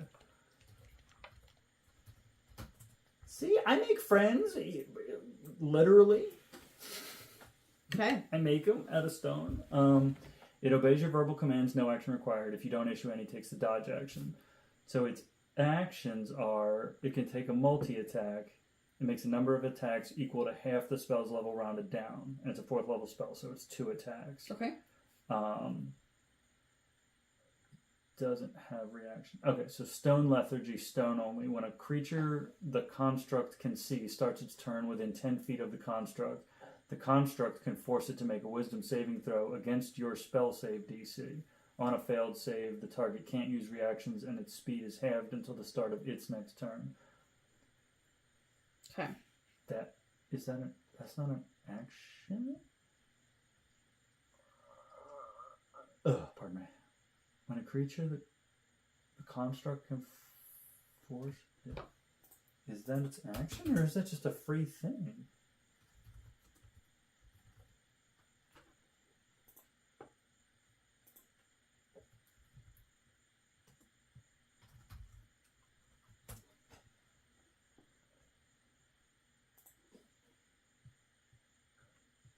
I feel like is that just a thing it can do? Creature that touches takes with it. When a creature the construct can see starts its turn within 10 feet of the construct can force it to make a wisdom saving throw against your spell save DC. On a failed save, the target can't use reactions and its speed is halved. And I'm going to use that as its action. Okay. Because if not, then it gets to do that and take 2 attacks. So it's, since Buzz is in this area, and it can a gargoyle fly? Yeah. Okay, so it's within range there, within 10 feet, so it will force a wisdom saving throw. Okay. Against, so it's going to be a wisdom DC 18. That's a 15. So, Axel Dragons, it can't use reactions until the start of its next turn, and its speed is halved until the start of its next turn. Okay. So that's used. That's my turn, its turn. Buzz's turn. Right, and I haven't used my bonus action, so Buzz is going to do what Buzz do. Buzz is like, look, god damn it, stop trying to make friends with everything. And he's going to do plus 10. Oh, as a 16. 16 hits. Oh! And it's 1d8 plus 5, and he'll use the Force and Power granted. Okay. Had I used... Or, I'm not the... he'll use Arcane Jolt. I think I have 4 of those left. And that's 5 plus 5 plus 2 plus 3 is 15. Okay. And that's my turn. And Buzz.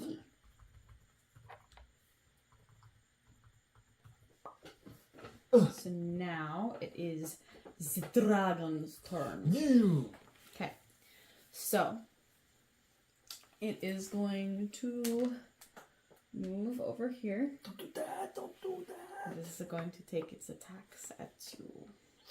Don't do that. So let's see here. Do it.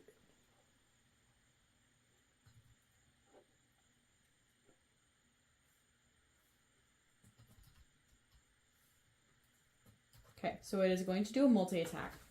Yeah. So I am going to need you to roll a wisdom saving throw.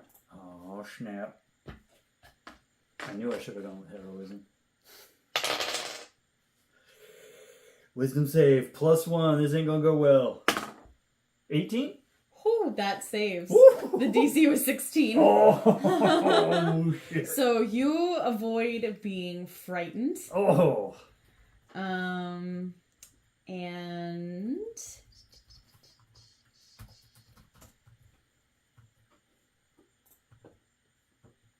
I believe you are immune to it now. Woo. If a creature's saving throw is successful or the effect ends for it. Hold on. Sometimes those are like immune for 24 hours. Oh no, that's only if you do get frightened. So you still have the ability to get frightened if it tries again. Okay. It's only once you either save from that or it ends that you're immune for 24 hours. Okay. Okay, so it did that. So now it is going to make a bite attack at you. Now it's gonna fuck your shit up. And that is a 16 to hit. That does not hit. Shield up. And then I'm just here for it's guys. That 2 claw attacks. ah. That one's not going to hit. That one's also not going to hit. It's another 8. So My golem did his thing. it did. So it is going to... Or not, well, yeah, golem, but my gargoyle. My gargoyle! Yes. Oh, is disadvantage on attacks, right? No, No, just- it couldn't use reactions. Reactions, that's right. Okay. Right, reactions and its speed would have, Okay. but it only moved like... So it's 12 feet. trying to bite and claw at you, but it can't quite figure out where you are. It knows that you're in front of it, but it's like its depth is off, and you're able to dodge as it swings and bites at you. Okay. Which is now Eamon's turn. Right? Yes. So Eamon is going to guiding bolt. So that is cocked. Damn it. Okay, that's gonna hit. That is 19 to hit. Good in a fight. So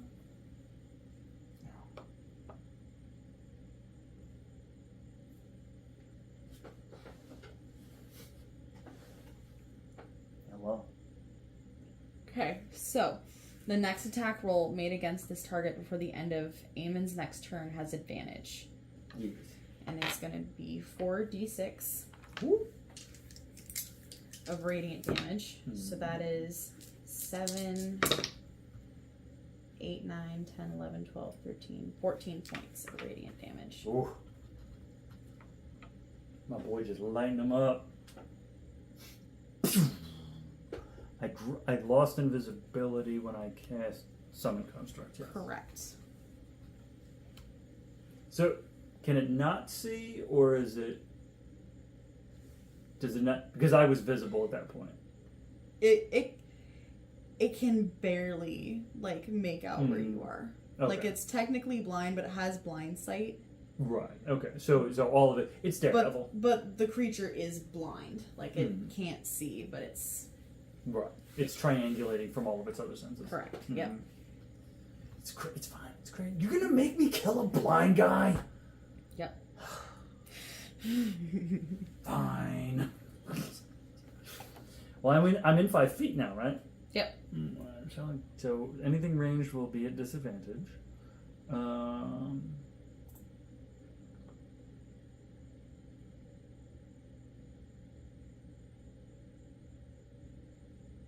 Oh. I forgot to do that for Okay. Eamon. Crap. Oh, is he under the... Oh yeah, he's saved.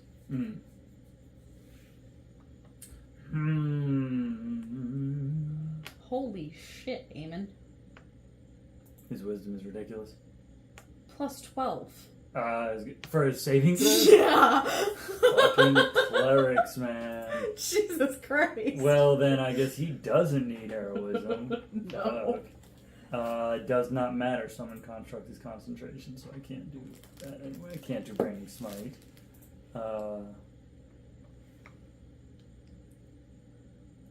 That would be... Oh, okay. So...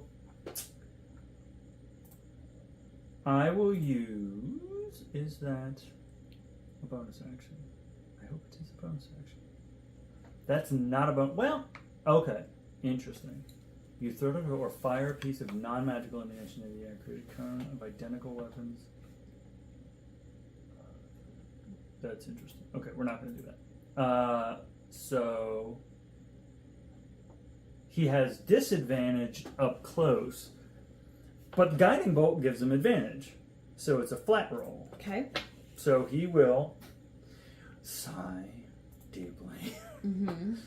Everything wants to fight. Okay. And having probably used the shield to deflect most of those attacks, it's got the shield kind of right here and just brings the crossbow kind of like right up underneath of it. And 20. Is that a nat 20? No. Oh, that's okay. a 9 plus Yeah, 11. A 20 hits for sure. So it's going to be 1d6, and he can use Arcane Jolt. He can use, yeah, okay, because I'm not going to get another. So it'll be 1d6 plus 6 plus 2d6.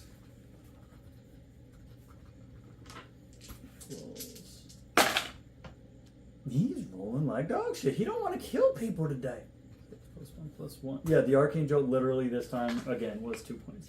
So 12 points from that shot. Okay. And he has extra attack, so the second one is at disadvantage. Mm-hmm. Because he's up close. That's a nat 1. Oh, no. So that's a 12, so that one will miss. Let me see here. Yep. Unless you want me to shoot my own. No, the 12 will miss. Yeah, no, I mean unless you want me to shoot my own construct because it wasn't that one. Oh. Want me to roll for it?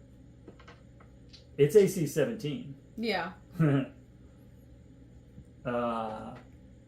It'd be a regular roll. Yep. So that total roll, it's 27 to hit. Oh, no. So 1d6 to my own guy. Mm-hmm. I dig it. I'm sorry. That's just a 1. 1 plus 6, so 7 points to my own guy. Okay. Who has 40, right? 40, yeah. Okay. And then what are my bonus actions other than that? Would you allow me to have used my bonus action to do Chromatic Infusion? I have Gift of the Chromatic Dragon. This would have put an extra 1d4 on the first hit. Okay. Okay. Yep. And that'll be my whole bonus action then. Fucking 1. 1. Love it. That's what I get for retroactively going back in. There you go. So that means that Buzz will use his action. Oh no, Gargoyle's next. Mm-hmm. So that was Chromatic Infusion. I have to choose though. It did poison damage to us when it heaved the water on us? Yes. Okay, so he's going to assume that's not going to work. Water, cold, acid. He's going to use lightning. Okay. Okay. Alright, so Gargoyle, he's just going to make 2 slam attacks. Because that's what he do. Alright, summon construct. Right. Slam attack. My attack modifier to hit. My spell attack modifier. Which is, what's my shocking grasp? Plus 10. Okay. So, yeah, as he moves away, he's just going in. Okay. Plus 10. So 21. Okay. And 15. Okay, they both hit. Ooh! Good job, guy. And that's 1d8 plus 4 plus the spell's level, which is 4. So 1d8 plus 8. Good lord. How many ones have you rolled tonight? On damage, on just in general, a lot. Because I've rolled, what, 3 or 4 nat ones. Mm-hmm. And A whole bunch of ones on... 1, 2, 3, 4. 4 already in this one. There we go. So it was 9 on the first hit and 12 on the second, so 21 total. Okay. Good job, slammy slam. And then, since I used my bonus action, Buzz is just getting into range to potentially use deflect attack. Okay. So he's within 5 feet. Okay. And he's using the dodge action, so if Dragon takes a shot at him, it'll be at disadvantage. Alright. And that's your turn? That's my whole turn. Okay. The axolotl shall attack again. You're gonna make me kill a blind axolotl. What the hell? Yes. I'm gonna let it kill me. So it is going to attempt its frightful presence again, so I'm going to need a wisdom saving throw from you. It's gonna go badly. Here comes my next nat 1. Let me double check too. Eamonn safe, he rolled an 18. Good job, good job. Or got an 18. Okay, I have 4 more Flash of Genius, so let's see how it goes. Wisdom plus 1. 10 plus 1 is 11, and plus, so he'll use his, so this is using his reaction to put plus 5 is 16. 16 is exactly. That's, he knew he had to fucking do that. Yep, exactly. Just barely. Yep. Just barely. He's getting worse at it. Mm-hmm. So, he bites with a 19 to hit. 19 doesn't hit. Good lord. It's 20. It's because of the breastplate and the shield, because they're both infused at this point.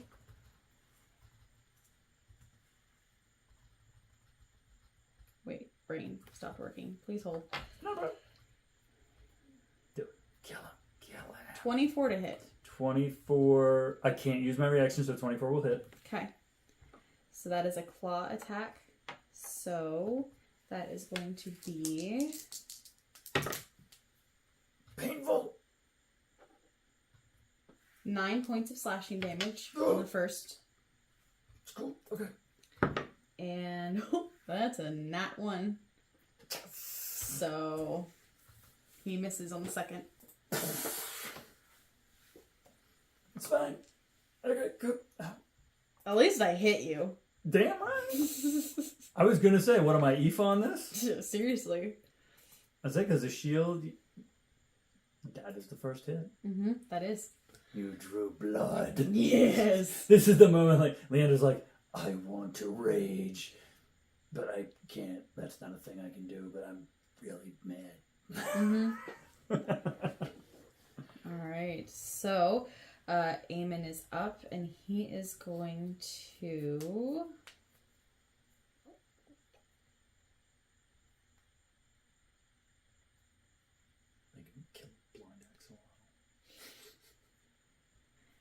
He is going to do inflict wounds.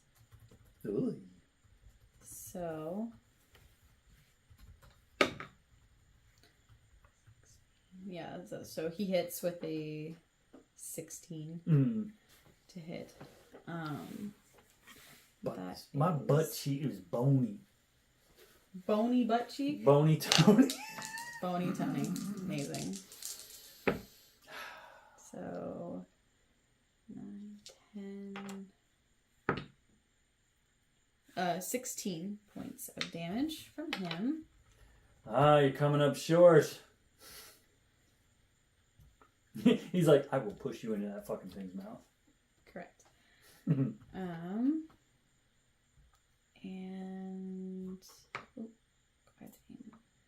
oh, go back.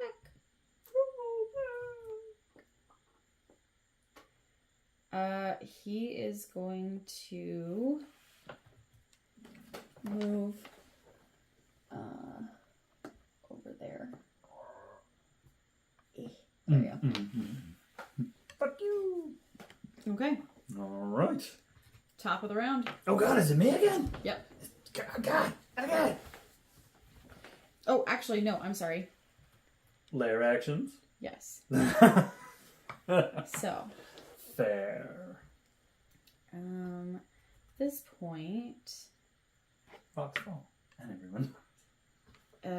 When he makes that hit, the dragon roars and it vibrates the cave. Like the crystals kind of have this like resonance that kind of tinkle with the sound of it. And you hear the bats above you shriek. Oh dear. And a big swarm of them take off and come flying down towards you and Eamonn. Excellent. So let's see here. So the swarm is going to attack. Let's see. The swarm is going to attack Eamonn. Oh, that is 22 to hit. You did do that. Which hits because his armor class is 20. I was gonna say him and Leander, man. Yep. So that is going to be 2d4.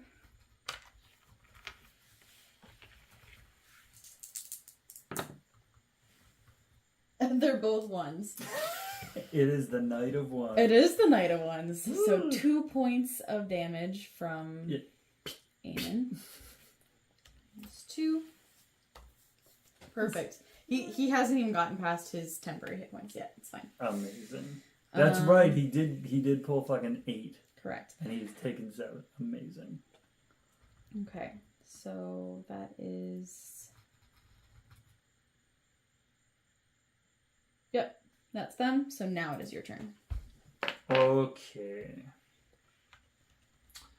I'm just going to assume, well, is there any metal on this dragon? No. I was going to assume not. There is not. No. Okay. So, I'm all up here in range. Wait. Shield. Visibility. Do I get my reaction back now? At the top? Because I'm the top of the round, but it's also it's the top of my turn. So I've gotten my reaction back. Yes. Okay. I don't have Misty Step. Okay. So, because I don't have Misty Step, but I do have my reaction back, he's going to back down this to here. Okay. So I assume Axel gets an opportunity attack. Yes. So, it is going to swipe at you with its claw. The claw. Ooh.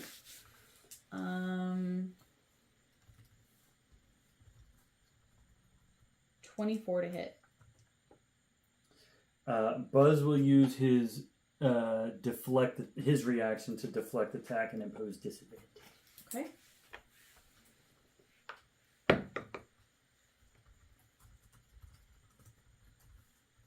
Uh, 15. 15 won't hit. Okay. Good job, Buzz. Good job.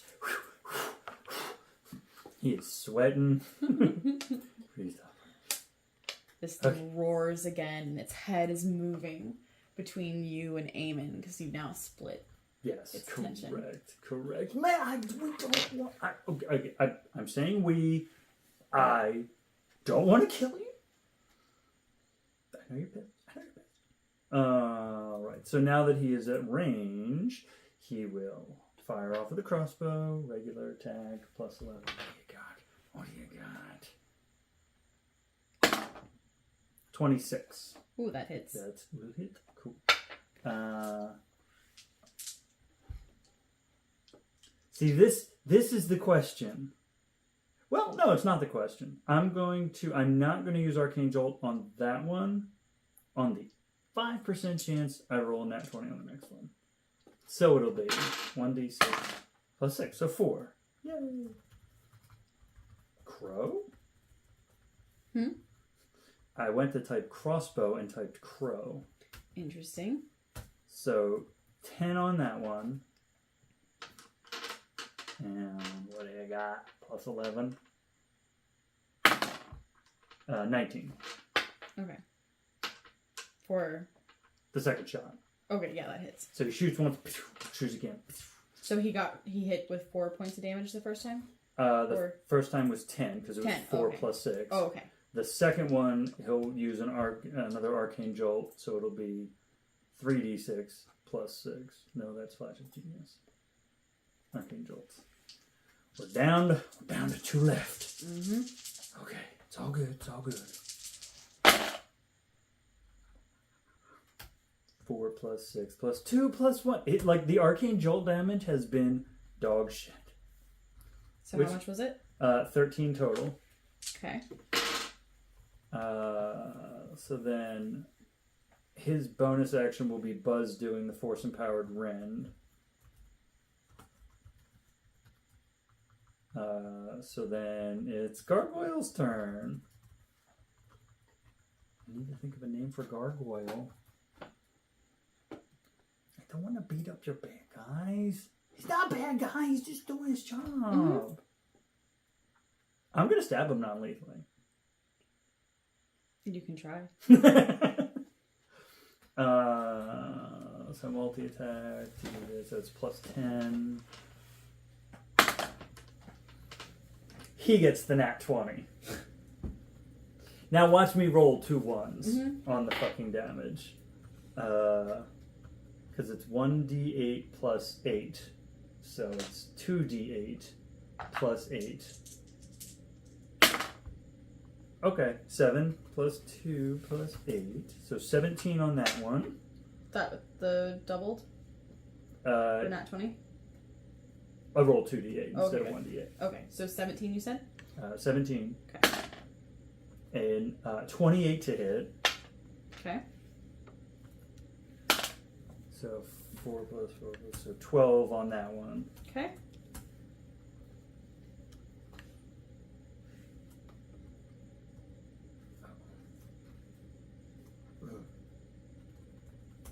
And then Buzz. Oh my god, I really do truly believe all of the constructs, the mage, every magical item around him is like, for fuck's sake. Like Buzz and the Gargoyle right now are like, the Gargoyle's like, I'm brand new to this. Like, is this what you always have to deal with him? And Buzz is like, he tries to make friends with everything. It tries to kill him. And he's like, I'm going to speak to it in fucking Infernal. It's a fucking Axolotl dragon. You don't speak Axolotl. So Buzz, tired of Leander's shit. Sorry, I just realized I have sand in my ear. No. Jesus Christ. Plus 10 is a 22. Are you sure? Just barely. Just barely. And 4 plus 5 is 9. And that is the entirety of Leander's turn. Okay. Now it is the dragon's turn. I am sorry! Okay, so it is going to try to frighten both of you again. Well, that's a nat 1. I was going to say, one of these times, for Eamonn. it's unfortunately going to work. And... oh, no, wait. I don't need to roll, do I? Yes, for Eamonn I did. Now you have to roll. I do have to roll. Okay. So, how many? nat 1 actually won't succeed for Eamonn. Because he has a plus 12, so that's 13. 13. Well, Because he's the smart one. When I'm within. Am I within 30 feet of him? No. I'm not. I'm No, more than 30 'cause feet you're away. like, you're within that square, so that's 10, 20, 30, 40. He's like 45, 50 feet away. Okay. Because it says when you or another creature you can see within 30 feet of. So if he's 40, he's too far away. So he is frightened. Oh, this is a bad thing. Okay, come on. What do we got? It's an 8. That's not gonna do it. That's an 8 plus 1. Even with my flash of genius, I am also frightened. Oh boy. So that's because that's a 9, and if I add 5, it's 14. Okay, yep. So you're both frightened, so you have disadvantage on your ability checks and attack rolls for 1 minute. Well, shit. Correct. Yeah, it's fine. It's fine. Everything's fine. Can constructs be frightened too? I don't know. Let's find out. This is a creature, so I'm assuming no. Can constructs be frightened? Let's see. Creatures without minds are totally immune to the frightened condition. Oozes, constructs, undead, plants, and fiends. Fiends cannot be frightened. Okay. So they're fine. Well, that's good. They're both like, So we're literally He's going to have to going save these two to- fucking idiots. attack Eamonn No. and the gargoyle. No. So he's going to make a bite attack at the gargoyle. And that is a 14 to hit. I think it's 17. Let me double check. Because it's a 4th level spell, and its AC is 13 plus the level of the spell, so 17. So no, Okay. that would not. And then he's going to claw at Eamonn. That's a 12 to hit. Ooh. And that's 16 to hit? No, 26 to hit. Ooh. 18 plus 8? Or 24? No, that's 26. 26? Yeah, 18 and 8. Oh, yeah. Yeah, because 8 and 8 is 16. Yep. Okay, it's alright, fine. That hits, so claw attack. So that is 2d6 plus 3.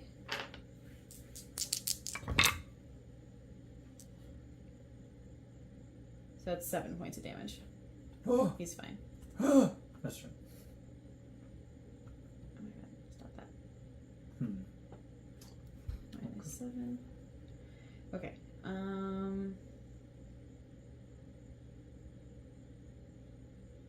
And that's his thing. So It's it's okay. no, It's the best. it's Eamonn's turn. I think. Oh. Oh. Yep, Eamonn and then the bats. Okay.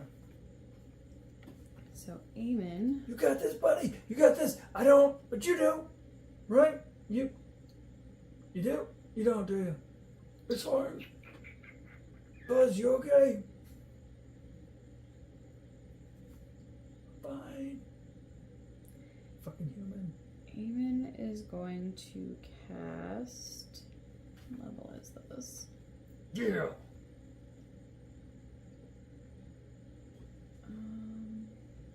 Come on. Open, please. There we go.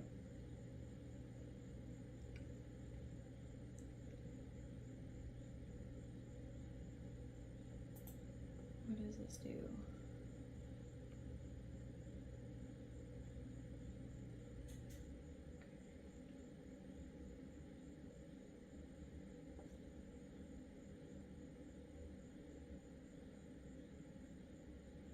No, that's not gonna work for this.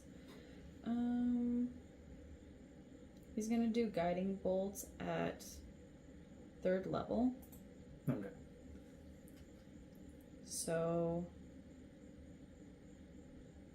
D6 for each slot level up 2 or 1. So 66, right? Yeah. It's an attack roll, because if he's frightened, it would be a disadvantage. That's oh yeah, it would be a disadvantage. That's right. So Shut up! Don't tell her that, man. You're scared. another nat 1. There's the ones. And and a 4. I was just curious what the second one was. Yeah. So...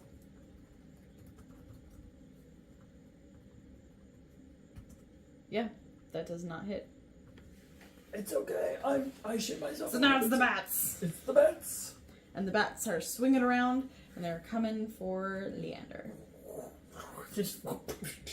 Yeah. Swarm of bats. 12 to hit. No. No. No. Yeah. It's fine. I don't even want to kill him. You guys get the fuck out of here. Can I speak bat? No? Yeah. Like, no, that's not an actual language. Okay, so it's you. You're up. Alright. Well, let's see here. Plus 11 to hit at disadvantage. Or... Well, okay, so I have an idea here. But the bitch of this is Saber suck. Because if he makes his saving throw, this is not an attack roll, it's a saving throw. But if he makes his saving throw, there's no damage. Mm-hmm.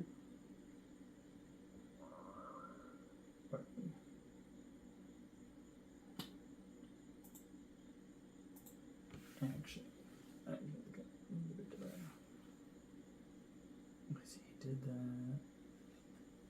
He's got 3 of those left. But that's not okay. Mm. Hmm? You need to make a saving throw for... So, Eamon just had his...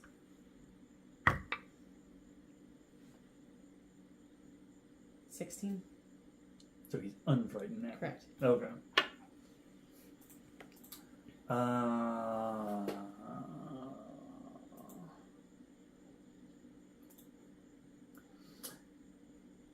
Just for kicks and grins, we'll do that.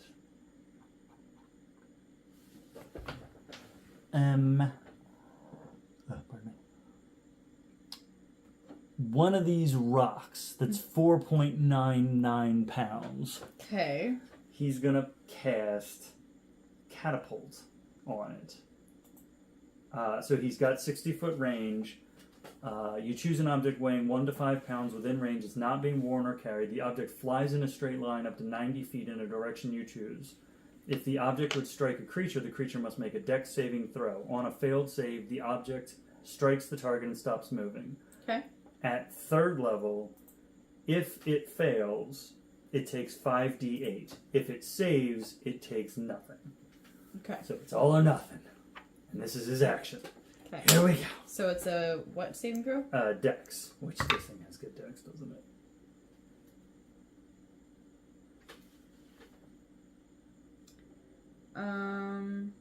It is going to use one of its legendary resistances Oh. to succeed. Oh, nice. So there. Damn right. So yeah, that just...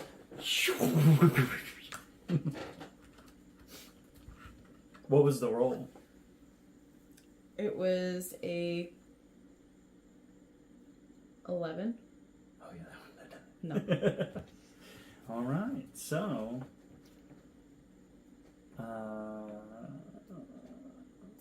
other than my bonus actions, yeah, no, that's it. Okay, yep. So then the Roll. oh yeah, well, It's the end of your turn, right? it technically is because my bonus action will be buzz attacking. Mm-hmm. So yeah, +1. Do I have disadvantage on saving throws or just ability checks and attacks? Ability checks and attacks. Okay. So then I do have... Okay, another flash of genius. I have 3 more. +1, right? Okay. 15 + 1 is 16. There you go. Hey! Ooh. No, he's pretty scary. He's pretty scary. Like, that's scary? But no, he's pretty scary. Mm-hmm. Alright, so... Gargoyle. Slammy slam. He's not frightened. No. Would they, if he moves this way, would they be considered flanking? Or is that too big to flank? not sure. Let me see. Flanking is an optional rule to begin with. Is it count as huge?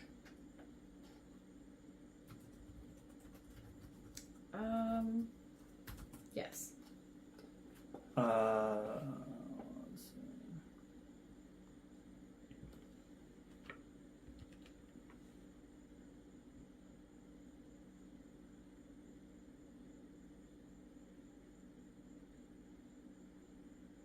Well, do you want to use flanking?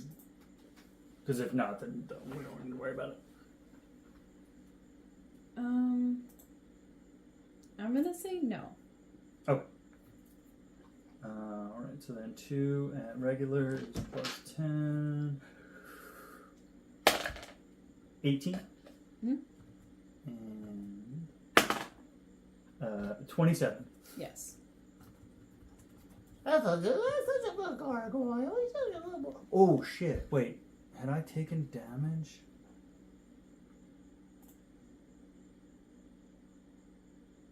Okay. What's a concentration check? Let me double check this. Oh yeah, for the gargoyle, right? I took 9 points of damage. Mhm. That's the only damage I've taken. So, concentration check is whenever you take damage while you're concentrating, you must make a constitution saving throw to maintain concentration. The DC equals 10 or half the damage you take, whichever number is higher. Mhm. Okay. So, this is a concentration check. Oh, there you are. Okay. Okay, so 13. So he made the check. Okay. Back when he took because that would have fucked shit up. Mm-hmm. Okay. So both of those hit, and they were 1d8 plus 8. Hey, there he goes. He rolled an 8.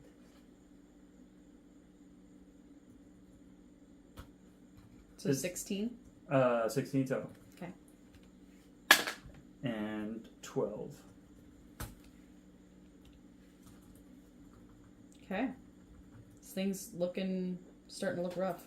That's good. That's good. Buzz is like, we have to save these idiots. Literally, we have to do it. It's fine. So he does his force empowered ring. I don't know why I can't remember. Plus 10. 24. And he will use the arcane jolt. Because fucking Leander, he's like, oh, I gotta do all the fucking. So it's 1d8 plus 5 plus 2d6. See, he's already rolling better. So 1d8 is 5 plus 5 plus 4 plus 5. He did 19 points. Okay. Okay. And now, he's done. And both of you are immune to being frightened for the next 24 hours. Whew. Well, hopefully we don't have to deal with this again in the next 24 hours.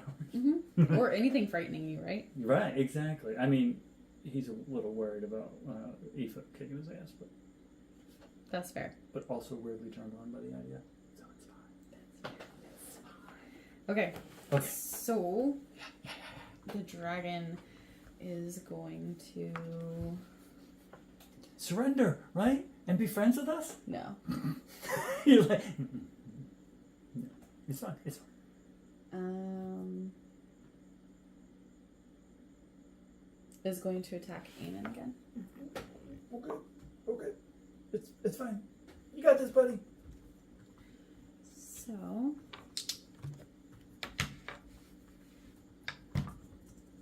Ooh, boy. That's 19 on the die. Okay. So 19. That's a 28 to hit. So 2d10. Nope, yes. 2d10.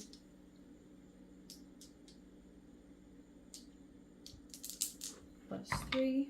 So that's 14 points of piercing damage plus 1d8 of acid damage. It's fine. It's fine. So, what did I say? 14 points? 14 for the. Yep, 14. So 18 points of damage total. It's okay. It's okay. With just its bite. It's fine. It's fine. That's fine. So. I mean, you have like 165, but you're fine. You're like Cash. He doesn't know Cash. Minus. Okay. And then it is going to make a claw attack at the gargoyle. Oh, not my gargoyle. Ooh, and that is a 26 to hit. 26 hits. Okay. So that's 2d6. 8 points of slashing damage with the first. Okay. What's that? And that's a 13 hit on the second. 13 misses. Okay.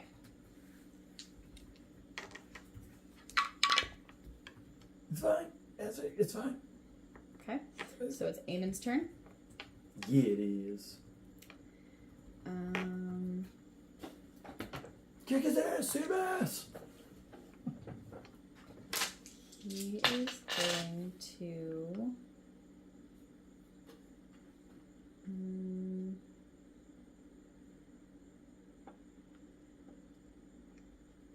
firebolt.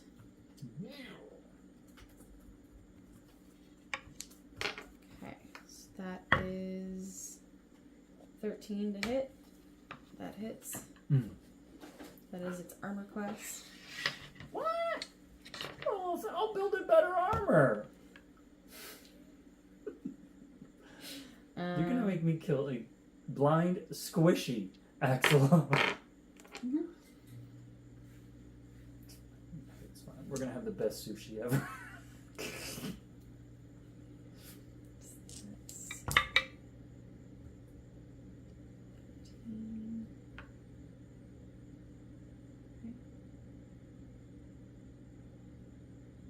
Oh no, it's just a cantrip, so it's just one. Sorry. Is it still recording? Yes. Okay. So 6 points of damage, fire damage. Poor little guy. 6 points. Fucking his world up. Okay. And now it's the bat's turn. So they're gonna hit Leander again. It's fine.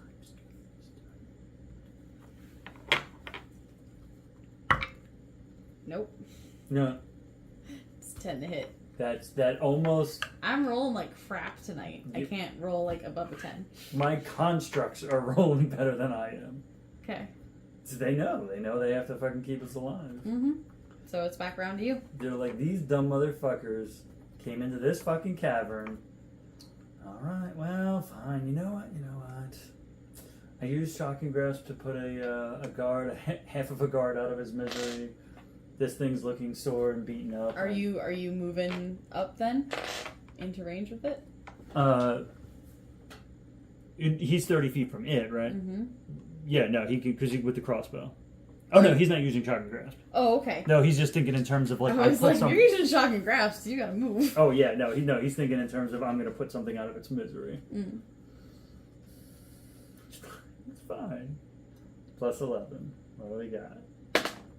Nah, 29. Fuck yeah. And second shot.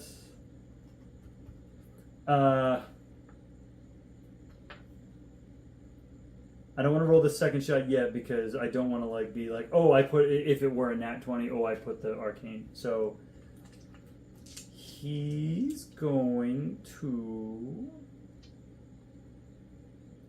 I'll put the arcane jolt on this one. Okay. Which means the next one's going to be a nat 20. Okay. So it's going to be 1d6 plus 6 plus 1d6 plus 6 plus 2d6 plus the 1d4 for the chromatic infusion. Which is compay. Feel bad. Good catch. Thanks. Oh my god. So it's plus 6. So it's 1. So it's 5 plus 6 plus 5 plus 4 plus 4 is 24 on the first shot. Okay. Ow. And I used the arcane jolt. Mm-hmm. So it's 25 On the second? on the 25 to hit on the second shot. Oh, yeah. Yeah. So it's 1d6 plus 6 plus. Let me see here. I'll make sure I don't use that. As a bonus action, you can touch a simple martial weapon. For the next minute, the weapon deals an extra 1d4 when it hits. Okay, so it's not once per turn. So it's 1d6 plus 6 plus 1d4. Amazing. 1 plus 6 plus 2. So 9 points on the second shot. How do you want to do this? No, I don't! I don't!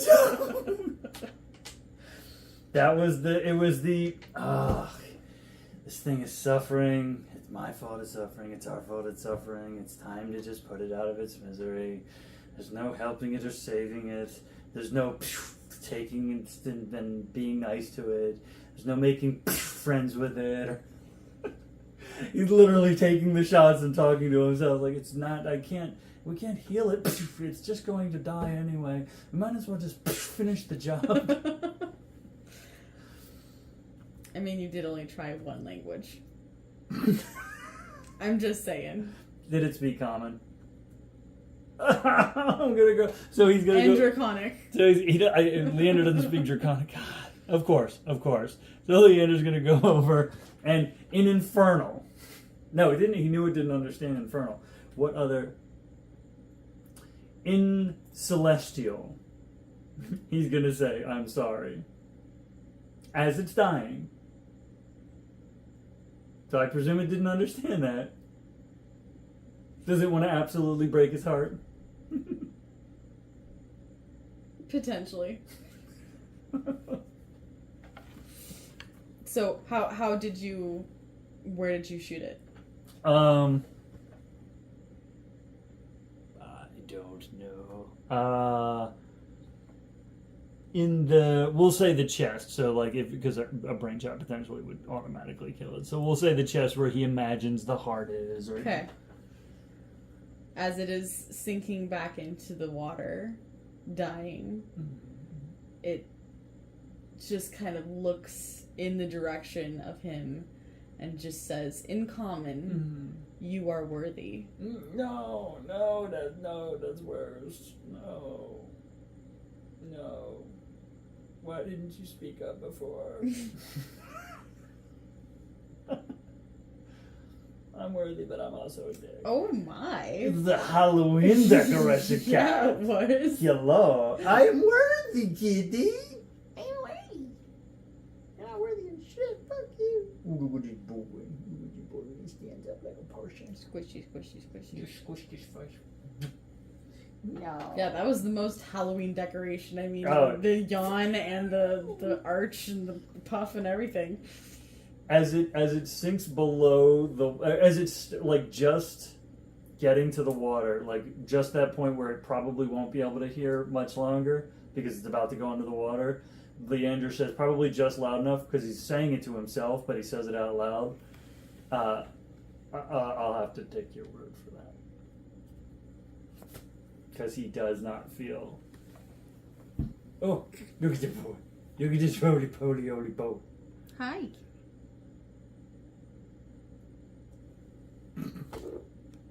I will kill the dragon. I'll save you. Am I on TV? Yes. I am famous. Wee. Oh boy, bad boy. You were silly. What's your name? Before you go into the water, what's your name? You'll never know. I would do that. Get back up. What's your name? Don't you die on me yet. Cast Spare the Dying. I cast Cure Wounds.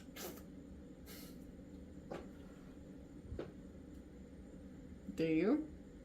I don't know if I have the strength to pull it up out of the water.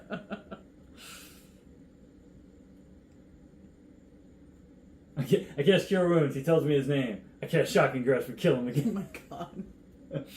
You're terrible. I know. Well, you've defeated the dragon. Have I though? Mm-hmm. I murdered it. Does that count as defeating Did you, though? it? Murdered? Mm-hmm. I don't know. Let's see how long this lasts. Up to 1 hour. Cool. So I have the construct there. I have the gargoyle there for another 59 minutes. And You do. 40. Well, I don't know how many rounds that was. We'll say 59 minutes. Then poor thing. It's okay. It's okay. I need to find out your name. I want to investigate the shit out of everything and see if I see a name other than Lemic. Okay. I want to know the dragon's name. Everything's fine. It's fine. It's in the book. Probably. Well, then I guess we need to... Investigate. We need to investigate, and I mean, do you want separate rolls for the... Well, because the tomb is covered. Yep, so you're going to need to do a strength check. For the tomb. For the tomb, yep. And then, so I want to investigate the trunk as carefully as possible, knowing all about curses. It's a mimic. No, just kidding. Yeah, well, not even that, and just knowing all about curses and how the undead don't or how the dead don't like their shit fucked with, and so like as respectfully as possible, just start moving through shit. So I guess roll Arcana. Okay, so that's +5. There's a 23. There's some shit on that chest. There's Like some writing, or yeah. There's some incantations. like protective, like glyph of warding stuff. Cool. Yeah, there's some stuff you can't quite read all of it because there's. You said you don't speak Draconic, right? No, he's got Celestial, Common, and Infernal, and he doesn't have Comprehend languages. Okay, so you can't read it. Hmm. Do you say anything to Eamonn? Oh yes. Okay. E-dog! E-dog! So he comes over. He can read Draconic. No. He can... What? Crazy. Let's see here. Did he borrow... Did Leander borrow the spectacles of comprehension from me?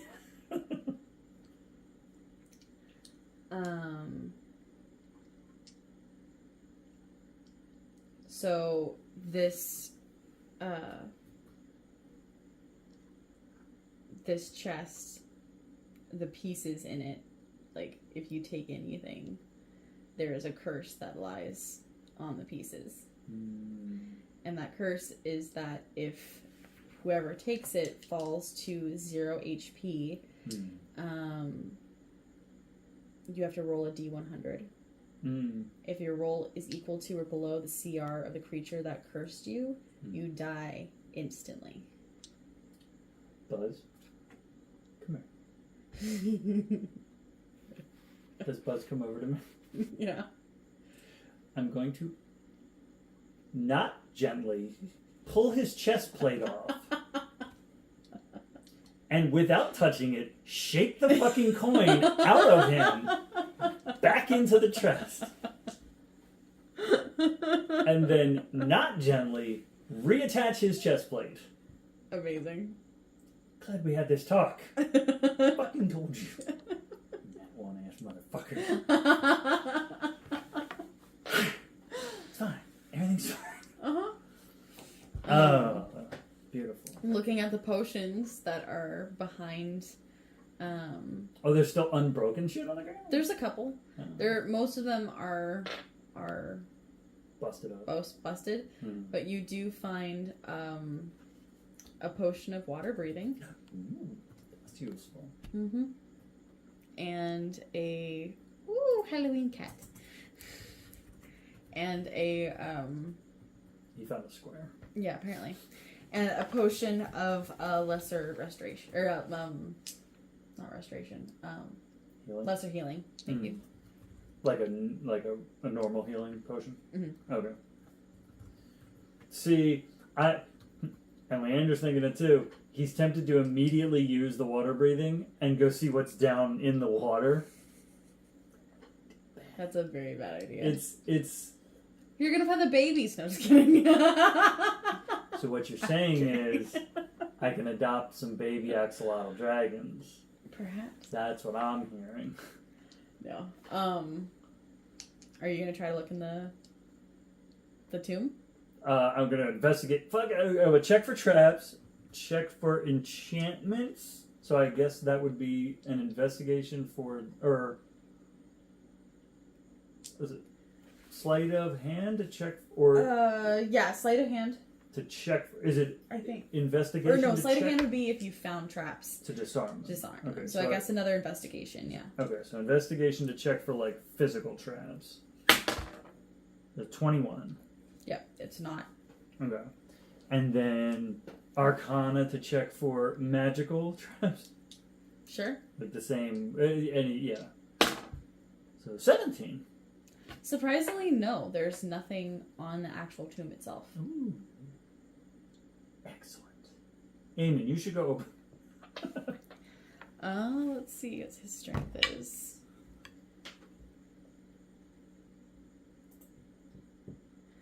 It's a 10. Nice. I will also obviously also help. Leander's like, you should go do that, and he like Eamon, he wasn't expecting this, so Eamon's like, yeah, I'll go do it, and Leander's like, yeah, come on, I'll help you. Come on. And that's a 3. That's because he's got literally a +0 to strength. Mm-hmm. So let's see here. It reaction. moves it's like a half an inch. To be honest, that's more than I expected. Now I will remind you Mm. that up here, Mm. the top of this is kind of broken in a little bit. Busted in. Mm-hmm. Well, I don't want to like, because I assume this is a tomb. I don't want to shatter the stuff onto the body inside of it. Mm-hmm. I'm the respectful adventurer. So,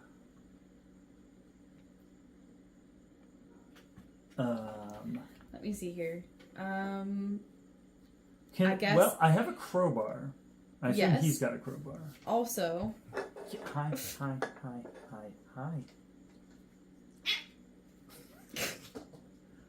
crackhead. You did that to yourself, crackhead. Yeah.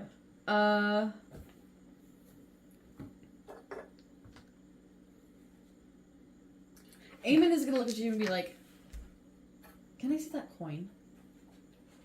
Yes, because I actually thought about that a little bit ago and then forgot about it. So yes, it's pretty cool. Grabs the coin from you. I didn't even say you could have it. You asked if you could see it. He grabs the coin from you. And he casts light on it and tosses it into the tomb. Into the Amen. Amen. I told you the story about the Manicore. Aoife told you the story about the Manicore. When we die, I will haunt everyone you know and care about and remind them for the rest of time that you're the reason we're all dead. Mm-hmm. Now I'll go. So though it was busted, like open. Yeah. Oh, okay. I thought it was like there's a section probably about this big okay. that is open, so he just tosses it inside. So Cool. Now you go look. So that whatever's in there grabs onto your face and then I can save your life. It's fine. I would. So that's a 17. On a deck save? No, No. on investigation. Okay. You roll a deck save though. Yeah, that's right. You know what? I'll use it. Actually, you know what? No, actually, do roll a deck save. Okay. I will on that. That was a 17 total. I'm in 30 feet of him now, right? I'll use Flash of Genius to add +5 to his roll, so he now has a 22 investigation, or whatever it was. Okay. My dex save +2, which is funny because now I can't use that on my dex save, is an 8. Okay. As you're standing there, one of the stalactites, I had to think of which one it was. Mm-hmm. Stalactites comes loose from the ceiling when a swarm of bats lands back on the ceiling Okay. and comes down on you. Yeah. So how high did you say the ceiling was? 30 feet? Yeah, That's 3d6 of fall damage. it is. Do you want to roll it or shall I? I'll roll it. Okay, because I'm rolling ones all night. So am I.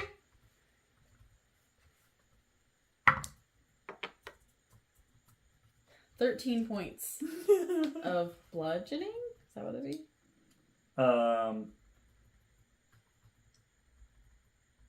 It depends on how sharp the rocks are. I mean, they're like both. So it's 6 points of bludgeoning and 7 points of piercing. Yeah. You know, I feel like I deserve that for having murdered a blind, squishy axolotl. It's fine. It's fine. Yeah. I deserve it. Yeah. It's fine. Eamon looks inside and he can see that there is some kind of vase thing. Like he sees the skeletal head, the dragonborn head, and its body, and then in its hands, it's like holding like this. You're gonna make me desecrate a fucking grave. You're like, welcome to grave robbery. Yeah. Okay, what do we got? Fireball, regen. How heavy is the vessel? That's a good question. Let's see here. The tomb isn't yet open. The hole isn't big enough to get the vessel out of, right? Yeah, the hole's only about this big. Yeah, and the vessel's like a fucking... What do they call the big Greek? They're not urns, right? It's not a huge one, but it's like... It's like this. Too big to come out of it. Yeah. Okay. Because it says the vessel can be a potion bottle, drinking horn, or any other container meant to hold liquid. I think I had it as a flask in the 20th level thing, but that was a dream, so it didn't matter. Let's see. I do like the idea that was the reason they started looking for a dragon vessel, because he had that dream, and in the dream he knew what it was, and he was like, that's got to be a thing. I can't have made that up. Let's see here.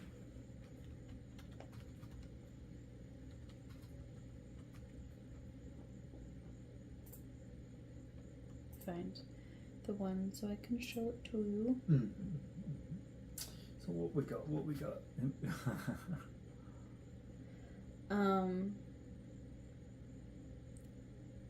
Cantheros is the shape that it's in.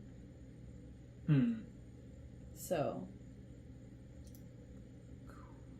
Kanthearos. What was it? Kan. Thearos. Cool. Kind of similar to that style. And it's two dragons. So like two dragon heads. So what I heard is that's the name of the the axolotl dragon. That's what you can name them if you want. I have no idea what you're talking about. I will always remember. Did you make me murder? Okay, so. Turd. I don't know what you're talking about.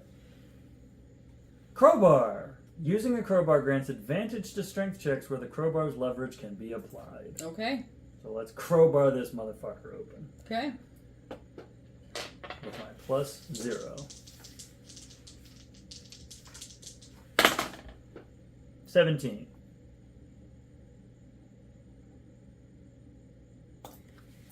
So you dig it in. Start to push.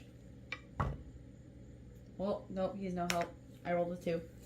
I'm like, should I have used Flash of Genius? I didn't, so I'm not going to say that I could. Technically, that's a 1 because he has a -1 to his strength. He's a cleric. So you stick the crowbar in, and you start to push and pry, and the lid starts to move. Yeah, oh, I got it. It moves, and you're able to get it open just enough that you can see the edge of the handle of the vessel. All right, yeah, there we go. So, does it look wide enough to get it out? If you move it up towards where the hole is at the top, you'll be able to get it out. To but angle you it out. can't. Yeah, I can't. you can't just pull it straight out from like.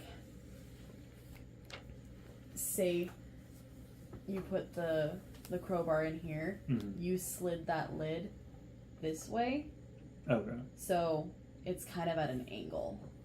Okay. Oh, okay. So it's like I can't pull it from here, but I can like grab it and go And like this way. maneuver it up Right. and through. Yeah. Then I know the hands of the bones of the hand or the hands are less than 5 pounds.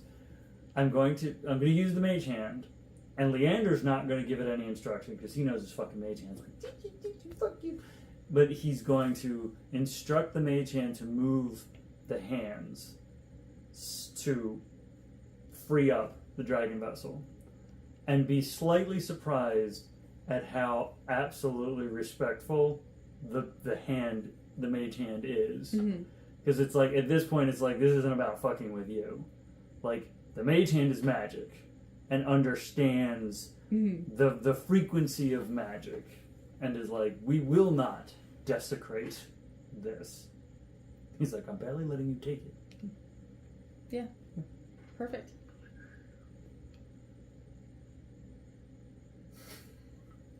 Puts them in the same arrangement, but like higher up. So is the vessel? How much is the vessel?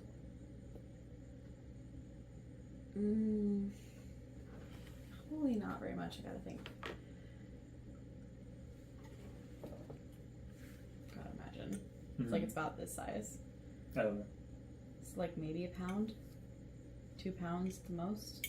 beautiful. Yeah. So mage hand is like, I got this. I got it. Pulls it. Drops it. Yeah. So, ha, I got you. Pulls it, brings it out. Doesn't give it to Leander. Takes Like- it over to Eamon. You like, I was gonna say either that or literally carries it out by itself. But well, no, I don't. How long does mage hand last? Spells. I don't think it lasts long enough to do that. 1 minute. Okay. So yeah, pulls and yeah, it fully does not give it to Leander. It brings it over to Eamon. Okay. Eamon takes it and looks at it and then smiles and looks at Leander. We've got it. Yes, and we're not dead. Correct. Yet. We just still have to leave. Yes. I need a space to make the thing. Does he, Oh no, it is instantaneous. But does he have to like draw something? I had him draw the first one since it was for A place he didn't know. correct. Okay. Let's see. Plane shift. If you know the sigil sequence to a teleportation circle in another plane of existence, this spell can take you to that circle.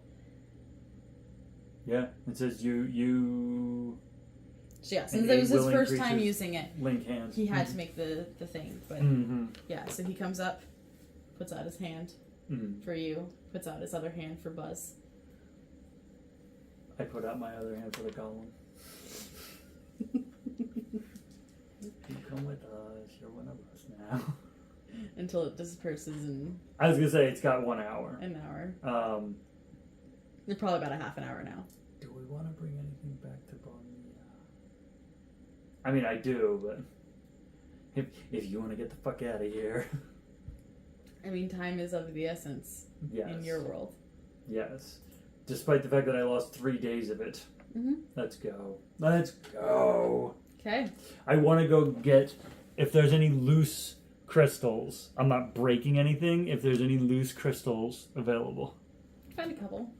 I name one of them Billy.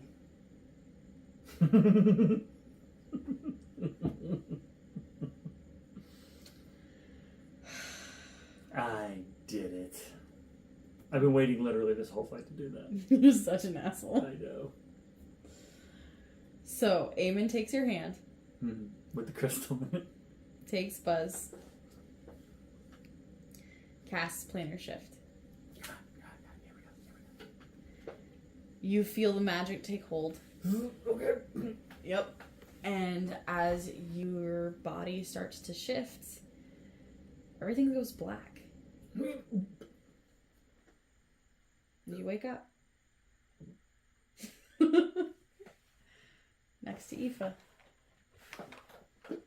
In the forest. Woohoo! You're laying there. Nothing's changed from when you fell asleep. You see her beautiful red hair laying down across her face. And you fucking... Wow, that was a hell of a dream. That was a hell of a dream. Yep. You feel a little queasy. You roll over to grab your... 17 content. Yeah, you roll over to grab your drinking flask from your bag. Just a little water. And there, sticking out of the top of your bag, you see one of the handles of the dragon vessel. Craziest dream. I did that thing in my dream again where I make things real in reality. Wacky. And Buzz is sitting on top of it, just looking at you. He's like, what? This is mine. I got this. Scaredy cat. Scaredy boy. It's fine. Everything's fine. Everything's fine. Are they all still alive? Who? I don't know. You're not a fucking owl. Who? An owl comes down, flies. Correct.